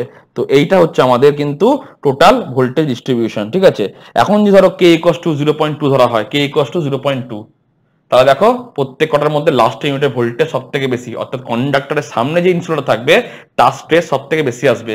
এখানে কে এর মান বসাও তুমি 0.2, সলভ করে দেখবে সব থেকে বেশি ভোল্টেজ আসবে কোথায় না v3 তে আসবে। তো আমি ভ্যালুগুলো বলে দিচ্ছি, যদি তুমি k ইকুয়ালস টু 0.2 বসাও তাহলে v2 কত আসবে, v2 কত আসবে দেখো, v1 ইন্টু 1 ইন্টু 1.2, মানে 1.2 ইন্টু v1 আসবে 1.2 ইন্টু V1 যা বেরোবে তার 1.2 গুণ। এবং V3 তে যদি কে ইকুয়েশন যে বসানো আছে সেখানে যদি কে এর জায়গায় তুমি 0.2 বসাও তাহলে তোমার আসবে 1.64 ইন্টু V1, অর্থাৎ V1 এর যা মান তার থেকে V2 এর মান বেশি 1.2 গুণ, তার থেকে V3 এর মান বেশি অর্থাৎ 1.64 গুণ, অর্থাৎ ক্যাপাসিটার ভোল্টেজ ডিস্ট্রিবিউশন দেখতে পাচ্ছি সবকটা আনইকুয়াল। আর সব থেকে লার্জেস্ট ভোল্টেজ কোথায় পাচ্ছি আমরা, যে ক্যাপাসিটারটা আমার কন্ডাক্টরের সামনে আছে, বিকজ ওখানে সব থেকে বেশি ইলেকট্রিক স্ট্রেস হচ্ছে, ওই জন্য বটম ইউনিটে আমাদের থাকে সব থেকে বেশি, আমাদের হচ্ছে আমার ভোল্টেজ সব থেকে বেশি থাকে ওখানটা। তাহলে এখান থেকে বুঝতে পারছি কি আমার non uniform voltage distribution across the disc, ঠিক আছে। তো এইটা হচ্ছে আমাদের কিন্তু মেন প্রুভমেন্ট, তোমাদের পরীক্ষা কিন্তু এইটাই আসে, এই প্রুভমেন্টটা পুরোটা। প্রুভমেন্টটা তোমার বিকে বেদা করতে পারো, বিকে মাস দেওয়া আছে, যেখানে যদি করতে পারো কোনো আপত্তি নাই, ঠিক আছে। তো এইটা হচ্ছে মেন প্রুভমেন্ট, এই বিহাইন্ড দ্য ব্যাকগ্রাউন্ডের কনসেপ্ট। তো ভোল্টেজ নিয়ারেস্ট দ্য কন্ডাক্টর সব থেকে বেশি, আস্তে আস্তে ভোল্টেজটা কমতে থাকে। এই জন্যই খেয়াল করে দেখো, যেহেতু ইকুয়াল পোটেনশিয়াল নয় তাহলে কখনই বলতে পারবে যে এটাও 11 কেবি, এটাও 11 কেবি, এটাও 11 কেবি, তাহলে 33 কেবি কিংবা 66 কেবি যদি আমার ট্রান্সমিশন ভোল্টেজ হয় তাহলে আমি যদি 11 কেবি দিয়ে ভাগ করি প্রত্যেকটা ভোল্টেজ ডিস্ট্রিবিউশন জন্য, তো 6টা লাগা উচিত। কিন্তু খেয়াল করে দেখো প্রথমটা ভোল্টেজ বেশি, তারপরটা কম, তারপরটা কম, অত আস্তে আস্তে আমার ভোল্টেজ কমতে থাকছে। তাহলে আমার 6টার জায়গায় কিন্তু 8টা ডিস্কও লাগতে পারে। এই জন্য বলেছিলাম কি যে আমাদের ইকুয়াল পোটেনশিয়াল আমাদের তোমাদের সঙ্গে নয়, তার জন্য কিন্তু আমাদের 66 কেবি ট্রান্সমিশন হলে যদি আমার 11টা ডিস্কই লাগবে তার কোনো মান নাই, আমার কিন্তু তার থেকে বেশি লাগতে পারে রিগার্ডিং ভোল্টেজ ডিস্ট্রিবিউশনটা আনইকুয়াল ডিস্ট্রিবিউশন, ঠিক আছে। এটা হচ্ছে আমাদের কিন্তু মেন কথা। এখান থেকে অনেক কিছু কোশ্চেন পরীক্ষা আসতে পারে, মানে তোমার ইয়ের জন্য, মানে ইন ফিউচার আরো অনেক কিছু আছে, যখন তোমরা স্টেট লেভেলে পরীক্ষা দেবে তখন জানতে পারবে, ঠিক আছে। অনেক কিছু জিনিস থাকে এগুলো বলার জন্য। তো এখান থেকে মেনলি মনে রাখতে হবে V1 এর ইকুয়েশনটা, যেটা বললাম V/1 + K লিখে দিচ্ছি, V1 ইকুয়েশনটাকে লিখে দিচ্ছি, V বাই ভিটা হচ্ছে সাপ্লাই ভোল্টেজ, √3 ভাগ করবে বিকজ স্টার কানেকশন বলে অঙ্ক বলে বুঝতে পারবে। একটা হবে 1 + K আর একটা হবে 3 + K। তাহলে V1 V2 V3 along with হচ্ছে M অর K মনে রাখতে হবে। এই জিনিসটা কেন আমি বলে দিয়েছি, কেন হচ্ছে আমাদের CS লেস দেন CM বলে দিয়েছি, বিকজ এর সেপারেশন বেশি, ওই জন্য ক্যাপাসিটেন্স মানে হচ্ছে এপসাইলন A/D, যা সেপারেশন বেশি তার ক্যাপাসিটেন্স কম, এর সেপারেশন বেশি তার ক্যাপাসিটেন্স কম, এর মেটাল লিংকের মধ্যে ডিসটেন্স কম বলে এর ক্যাপাসিটেন্স বেশি, ওই জন্য CS always some fraction of হচ্ছে CM। তাহলে আমাকে মনে রাখতে হবে কোনটা, V1 V2 V3 along with তোমার হচ্ছে এটা মনে রাখতে হবে, V1 V2 V3 along with হচ্ছে এইগুলো কিন্তু ভালো করে মনে রাখতে হবে। তো কোনটা মনে রাখতে হবে, M or K যেটা ধ্যান করতে পারো, CS/CM ratio, CS shunt capacitance, এই যে মিউচুয়াল শান্ট, এটা মিউচুয়াল। কেন বারবার বলছি, কেন এই ফর্মুলা থেকে বুঝতে পারছো কেন হচ্ছে। আর ভোল্টেজ ডিস্ট্রিবিউশন এক না বলে বুঝতেই পারছো যে 66 কেবি আমি ট্রান্সমিট করবো বলে আমার 11টা ডিস্ক লাগবে, কোনোদিনই নয়, because voltage distribution are not same. তাহলে যদি সেম হতো তখনই বলতে পারতাম যে 6টা লাগবে। কোনো কারণ দেখা উপর দিকে দেখতে পাচ্ছ কি ভোল্টেজ কম ছিল, তাহলে কি আমার ডিস্ক সংখ্যা বাড়তে পারে, 6 জায়গায় 8টা হতে পারে, 7টা হতে পারে।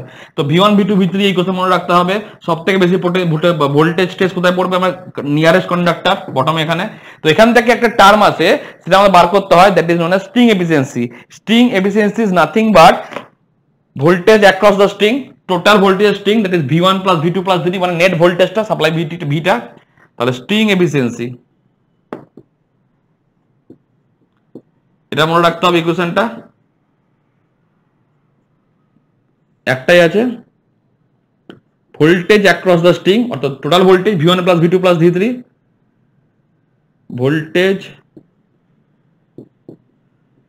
Across the string by N, N মানে হচ্ছে number of disc, N represent number of disc into V3, V3 মানে হচ্ছে voltage across disc nearest to the conductor, voltage across the disk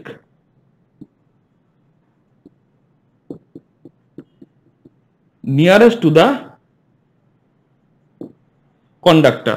তাহলে এফিসিয়েন্সি অফ স্ট্রিং,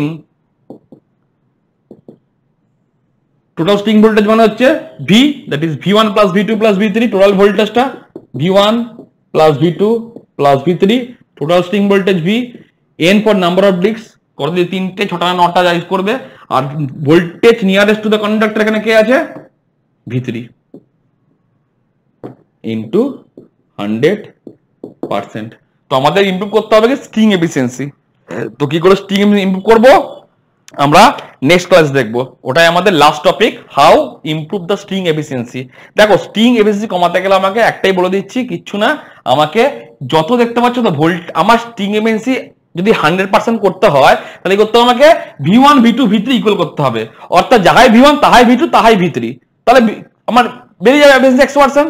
সব voltage এক হয়ে যায় তাহলে কি হবে, V3 যদি V2 V1 সমান V হয় তাহলে VV কেটে যাবে 100% হয়ে যাবে, ইন্টু 100% হবে আমার তখন। অর্থাৎ আমার যদি স্ট্রিং এফিসিয়েন্সি 100 করতে হয় আমাকে প্রত্যেক কটার ভোল্টেজ লেভেল এক রাখতে হবে, অর্থাৎ V1 V2 V3 হতে হবে আমাকে ইকুয়াল। তাহলে কি করে করব, আমার খেয়াল করে দেখো, এই যে আনইকুয়াল ভোল্টেজ ডিস্ট্রিবিউশনটা হচ্ছে, এই যে আনইকুয়াল ভোল্টেজ ডিস্ট্রিবিউশনটা হচ্ছে তার জন্য দায়ী কে, তার দায়ী হচ্ছে ফ্র্যাকশন অফ কে।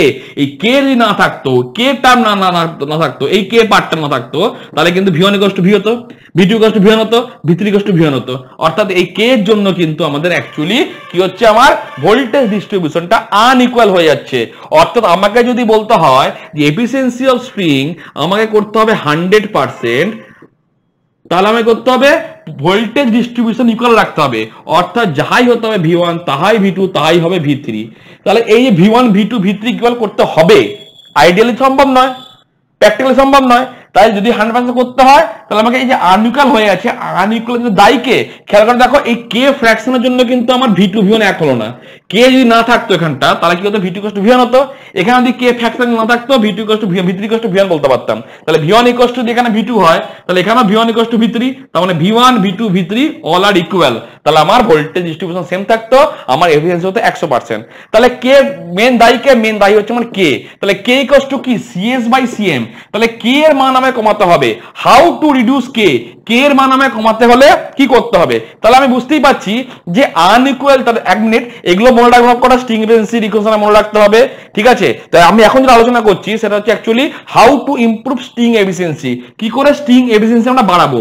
তো স্ট্রিং এফিসিয়েন্সি বাড়াতে গেলে একটা জিনিস মাথা রাখো, দেখো আমাকে মাথা রাখতে স্ট্রিং এফিসিয়েন্সি বাড়ানো মানে হচ্ছে আমার ইচ্ছা স্ট্রিং এফিসিয়েন্সি করব 100%। How it be possible, when the voltage potential distribution along the whole string or across the each of the insulator আর রিমেন কনস্ট্যান্ট, সব ইকুয়াল হবে, অর্থাৎ V1 এর মান যা হবে V2 তাই হবে, V3 তাই হবে। এটা কখন পসিবল, যদি আমার কে ফ্র্যাকশন না থাকতো।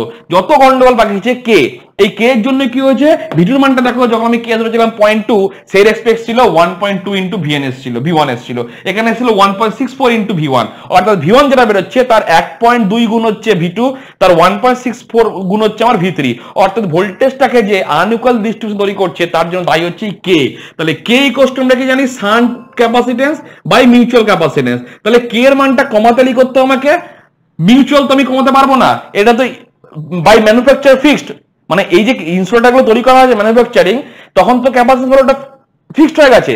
তাহলে একমাত্র কে দায়ী আছে, আমার সিএস। অর্থাৎ যদি লবটা কমাতে পারি, সিএস ভ্যালু কমালে কি হবে, আমার কে এর ভ্যালুটাও কমবে। একে যদি কনস্ট্যান্ট ধরি আমরা, অর্থাৎ ইনসুলেটরের যে আমার ক্যাপাসিটেন্স সেটাকে যদি কনস্ট্যান্ট ধরি, তাহলে আমি সিএস এর মান যদি কমাতে পারি তাহলে কে কমবে, আর কে যদি আমি কমাতে পারি তাহলে আমাকে V2 আর V1 মোরলেস সেম আসবে। তাহলে হাউ টু রিডিউস সিএস, দেখো সিএস মানে কি, capacitance between metal link and tower, অর্থাৎ এই দুটোর মধ্যে ক্যাপাসিটেন্সকে বলছি আমরা শান্ট ক্যাপাসিটেন্স। তো ক্যাপাসিটেন্স ইকুয়েশন কি জানি আমরা, এপসাইলন A/D। এখন যদি আমরা সেপারেশনটাকে আরো বাড়াই, অর্থাৎ লার্জার ক্রস আর্ম ইউজ করি, অর্থাৎ এই ক্রস আর্মটাকে আরো বাড়িয়ে দিলাম, তাহলে কি হবে, এই জিনিসটা এখানে চলে এলো, তাহলে আমার কি ডিসটেন্সটা বেড়ে গেল, অর্থাৎ টাওয়ার থেকে মেটাল লিংকের সেপারেশন বেড়ে গেল, অর্থাৎ ডি বাড়লে ক্যাপাসিটেন্স কমবে। এখন যদি সিএস, তাহলে কি হবে, তাহলে সিএস ইকুয়াল টু কি লিখতে পারি, এপসাইলন A/D। এখন যদি আমি ডিটা অর্থাৎ লার্জার ক্রস আর্ম ইউজ করি, অনেক লম্বা ক্রস আর্ম ইউজ করলাম, তাহলে কি হলো, আমার সেপারেশন বেড়ে গেল ক্যাপাসিটেন্সের প্লেটের মধ্যখানে। এখানে ক্যাপাসিটেন্স প্লেট বলতে কোনটা, টাওয়ার এন্ড মেটাল লিংক, অর্থাৎ দুটো মেটাল লিংকের মধ্যে যে এয়ারটা ছিল তার ক্যাপাসিটেন্স কমাতে গেলে করতে আমাকে সেপারেশন বাড়াতে হবে, অর্থাৎ কি ইউজ করব আমরা, লার্জার ক্রস আর্ম। এটা কিন্তু আনইকোনমিক্যাল আর অনেক ব্যয় সাফল্য, লার্জার ক্রস আর্ম ইউজ করবো ফার্স্ট, লার্জার ক্রস আর্ম। তাহলে কি হবে, আমার সিএস এর মানটা কমে যাবে, সিএস এর মানটা কমলে কে এর মান কমবে, কে এর মানটা যদি কমে যায় তাহলে V2 আর V1 কাছাকাছি আসবে, V3 V1 কাছাকাছি আসবে, ইকুয়াল পটেনশিয়াল হবে, এফিসিয়েন্সি 100% আসবে। কিন্তু এটা আনবে কেন? যত তুমি ক্রস আর্ম বাড়াবে তত তুমি টাওয়ারকে শক্ত করতে হবে, টাওয়ারের হাইট বাড়াতে হবে, ওই জন্য এটা আনএথিক্যাল কিংবা আনইকোনমিক্যাল। এই একটা পার্ট আছে। আর একটা হচ্ছে different types of capacitance grading করতে হয়, তো এটা প্রুভমেন্ট করা যায়। এই প্রুভমেন্টটা আমি করে দিচ্ছি। এই প্রুভমেন্টটা করলে মোটামুটি একটা জায়গা শেষ। আর একটা গার্ডিংটা লাস্টের দিন বলবো, আজকে আর করবো না।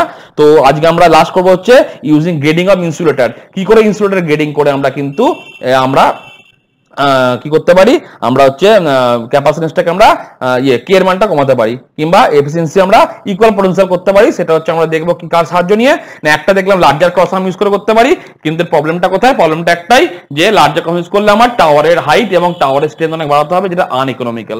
ঠিক আছে, আচ্ছা এটা সেকেন্ড মেথড, যে ইনসুলেটর গ্রেডিং করব, অর্থাৎ আমরা different type of insulator choose করব যাতে করে কি হবে, আমার ভোল্টেজ ডিস্ট্রিবিউশনটা ইকুয়াল হবে।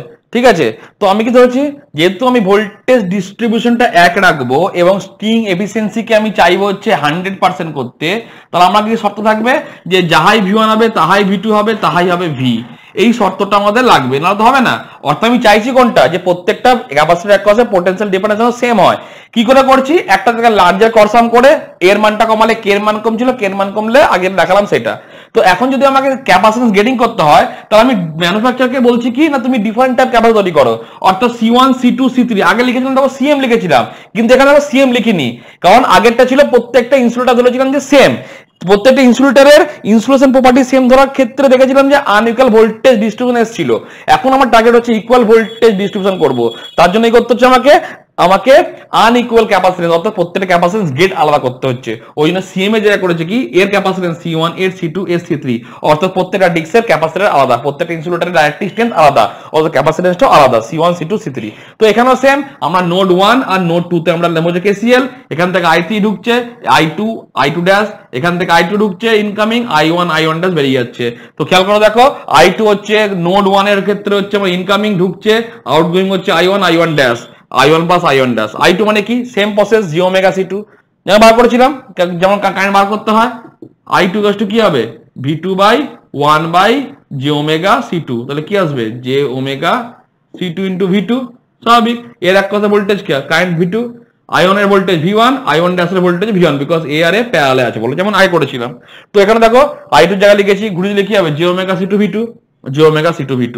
I1 তাহলে কি হবে, তাহলে I1 কি লিখতে পারি আমরা সেম প্রসেসে, V1 by 1 by J omega C1, তাহলে কি আসবে, I1 সমান উল্টো দিলে জে ওমেগা C1 V1, তাই লিখেছি দেখো জে ওমেগা C1 V1। তাহলে এটা কি হবে, I1 ড্যাশ জে ওমেগা এর capacitance shunt CS into V1। তাহলে এখান থেকে করেছি আমরা J omega C2 V2, J omega C1 V1, এটা এসছে। ঠিক আছে, এখন দেখো V1 V2 গুলোকে আমি ধরে নিয়েছি কি সব V, ওই জন্য পরের লাইনে সবকে আমি V দিয়ে রিপ্লেস করেছি, বিকজ আমাদের টার্গেট হচ্ছে ইকুয়াল পোটেনশিয়াল ডিফারেন্স তৈরি করা। ওই জন্য যাহাই V1 তাহাই V2 তাহাই করেছি আমরা V, সবকে আমরা V করে দিয়েছি। তো এখান থেকে যা লেখা লিখছি, এখানে জে ওমেগা C2 V, এখান থেকে জে ওমেগা V কমন নিয়ে নিলাম, পড়ে থাকছে C1 plus CS, J omega V কেটে গেল, তাহলে C2 ইকুয়ালস টু, এখান থেকে C1 কমন নিয়ে নাও, C1 কমন নিলে 1 প্লাস CS বাই C1, C1টা কি অ্যাকচুয়ালি মিউচুয়াল, তাহলে মিউচুয়াল মানে কি, C1 বাই CS মানে কি মিউচুয়াল, তো that is K or M equals to কি জানি আমরা, CS বাই CM। তাহলে প্রথম এখানে CN মানে কোনটা, CN অ্যাকচুয়ালি মিউচুয়ালি, কিন্তু এর গ্রেডিংটা আলাদা আছে। তাহলে C1 অ্যাকচুয়ালি কি, C1 তো অ্যাকচুয়াল হচ্ছে CM, মিউচুয়াল ইন্ডাক্সের নাম, বিকজ ওটা তো ইনসুলেটরের ইটসেলফ ক্যাপাসিটেন্সটা, অর্থাৎ C1 CM, C2 CM, C3 CM, কিন্তু এদের গ্রেডিংটা আলাদা বলে আমাকে এখানে CM বসাতে পারিনি আমরা। তাহলে এখান থেকে C2 কি হলো, C2 হলো C1 into 1 plus CS by CN মানে হচ্ছে কি আমার K ইন্টু K। দেখো আমার কি হলো, C2 এর সঙ্গে C1 এর হয়ে গেল গ্রেডিংটা আলাদা,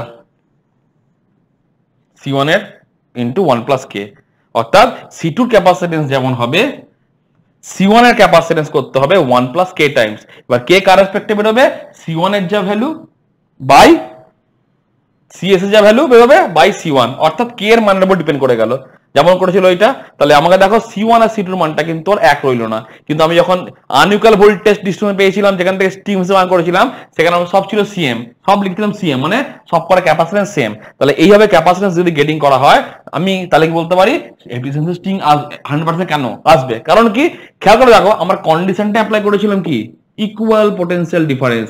ইকুয়াল পোটেনশিয়াল ডিফারেন্স ধরে আমার আলটিমেটলি কি বেরোলো, ক্যাপাসিটেন্স C2 এর মান হচ্ছে C1 এর 1 প্লাস K টাইমস। তার মানে ক্যাপাসিটেন্স গেটিং করলে কি হতে পারে, আমার ইকুয়াল পোটেনশিয়াল ডিফারেন্স পেতে পারি আমরা। তার জন্য আমরা হচ্ছে এফিসিয়েন্সি হতে পারে 100%। তাহলে ক্যাপাসিটেন্স গেটিং কিন্তু খুব একটা ইকোনমিক্যাল নয়, কারণ ডিফারেন্ট টাইপসের ক্যাপাসিটি তৈরি করতে কিন্তু ম্যানুফ্যাকচারের প্রবলেম হবে। ওই জন্য ক্যাপাসিটেন্স গেইনটা আনইকোনমিক্যাল। মেনলি আমরা করি কি, গার্ড রিং। মেনলি আমরা যেটা ইউজ করি হচ্ছে গার্ড রিং ইউজ করি। এটা আমরা নেক্সট দিন করব। গার্ড রিং কি, গার্ড রিং দিয়ে এভাবে গার্ড রিং করা হয়, গার্ডিং দেওয়া হয়, একটা ক্যাপাসিটেন্স তৈরি করা হয়। মানে ইনসুলেটর দেখবে এরকম লিখতে হবে লাইনে, নিচ দিয়ে একটা তার চলে গেছে, গার্ডরিং। তো গার্ডরিং হচ্ছে মেন প্রসেস। মেন প্রসেস মানে এটা ভালো প্রসেস। তিনটে প্রসেস আছে আমাদের, একটা হচ্ছে লার্জার ক্রস আর্ম, একটা হচ্ছে capacitor getting, insulator getting. Insulator getting করলে কি দেখতে পাচ্ছি আমরা, ইনসুলেটর গেটিং করলে আমরা ধরে নিচ্ছি কি, যদি ইনসুলেটর গেটিং করা হয় তাহলে হচ্ছে আমরা ইকুয়াল পোটেনশিয়াল ডিফারেন্স প্রত্যেকটা ইনসুলেটর অ্যাক্রসে আসবে, অর্থাৎ যাহাই V1 তাহাই V2 তাহাই হচ্ছে আমার V। ঠিক আছে, সেই কন্ডিশনটা ধরে আমরা এগিয়েছি।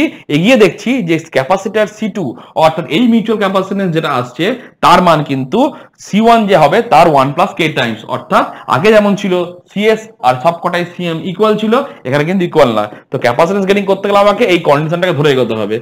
তাহলে কন্ডিশন কি, ইকুয়াল পোটেনশিয়াল, সেটা ধরে আসতে কি হচ্ছে দেখতে পাচ্ছি, হ্যাঁ সত্যি ক্যাপাসিটেন্স গেটিং হয়ে যাচ্ছে। তাহলে C2 এর মান C1 এর মানটা সেম নয়, আগে এটা সেম ছিল। তো আর একটা প্রসেস হচ্ছে গার্ডরিং, ছোট্ট প্রসেস। গার্ডরিং হয়ে গেলেই মোটামুটি সিলেবাস শেষ, আর থাকবে স্ট্রিঙ্গিং চার্ট। তো নেক্সট ক্লাসে আমরা জাস্ট স্টার্টিং করবো গার্ডরিং কি ইউজ করা হয় আর স্ট্রিঙ্গিং চার্ট কি, যে চার্ট থেকে আমাদের স্টিকিমেন্সি বার করি আমরা। ঠিক আছে, আর কিচ্ছু নাই। তো মেন ইনসুলেটরে তোমাদের হোল সিলেবাস যদি বলো প্রায় কমপ্লিট। আমি বলে দিচ্ছি রিভিশন করলে কি কি করেছি আজকে, আমি বলে দিচ্ছি এক্ষুনি। সো ইউনিট 5 এর 5.3 ফুল কমপ্লিট, দেখে নেবে। 5.3 বলে দিয়েছি কি করেছি আজকে আমি। ফার্স্ট করেছি লাইন ইনসুলেটর। লাইন ইনসুলেটর ক ধরনের হয় বলে দিয়েছি। প্রপার্টিজ কি ইনসুলেটিং মেটেরিয়ালের বলে দিয়েছি। সিলেকশন অফ মেটেরিয়াল কি তৈরি করা হয় বলে দিয়েছি। টাইপস অফ ইনসুলেটর বলে দিয়েছি 5 রকম, প্রত্যেক কটা মানে যতটা সম্ভব বলার বলে দিয়েছি। দি অ্যাপ্লিকেশন কোন ভোল্টেজ ইউজ করা হয় বলে দিয়েছি। কি করে ফেলিওর ইনসুলেটর বলে দিয়েছি। কজ অফ ইনসুলেটর ফেলিওর বলে দিয়েছি। সেফটি ফ্যাক্টর বলে দিয়েছি। স্ট্রিং এফিসিয়েন্সি কি করে বার করতে হয় দেখিয়ে দিয়েছি। ভোল্টেজ ডিস্ট্রিবিউশন বলে দিয়েছি। How to improve string efficiency complete. শুধু বাকি আছে গার্ডরিং আর হচ্ছে বাকি স্ট্রিঙ্গিং চার্ট। স্ট্রিং চার্টটা ছোট্ট 2 লাইনের জিনিস। তাহলে মোটামুটি 5.3 তোমাদের কিন্তু কমপ্লিট হয়ে গেল। যারা ডিপ্লোমা পড়ছো, ডিপ্লোমা এখন যারা 4th সেমিস্টার, ঠিক আছে, ট্রান্সমিশন ডিস্ট্রিবিউশনের ইউনিট 5 লাস্ট, ঠিক আছে, তাদের 5.3 কিন্তু ফুল কভারেজ তোমরা পেয়ে গেলে। ঠিক আছে, তো বাকি রইল হচ্ছে এগুলো দেখো। ওভারহেড এখান থেকে আমরা শুরু করব নেক্সট দিন। ওভারহেড কন্ডাক্টর অ্যান্ড স্যাগ, এখান থেকে ম্যাথ আসবে স্যাগের। ঠিক আছে, তো ইনসুলেটরের স্যাগ নাই, কিন্তু ট্রাই করবে স্যাগের অঙ্কগুলো কিন্তু ইনসুলেটর অঙ্কগুলো প্র্যাকটিস করে নেওয়া। ঠিক আছে।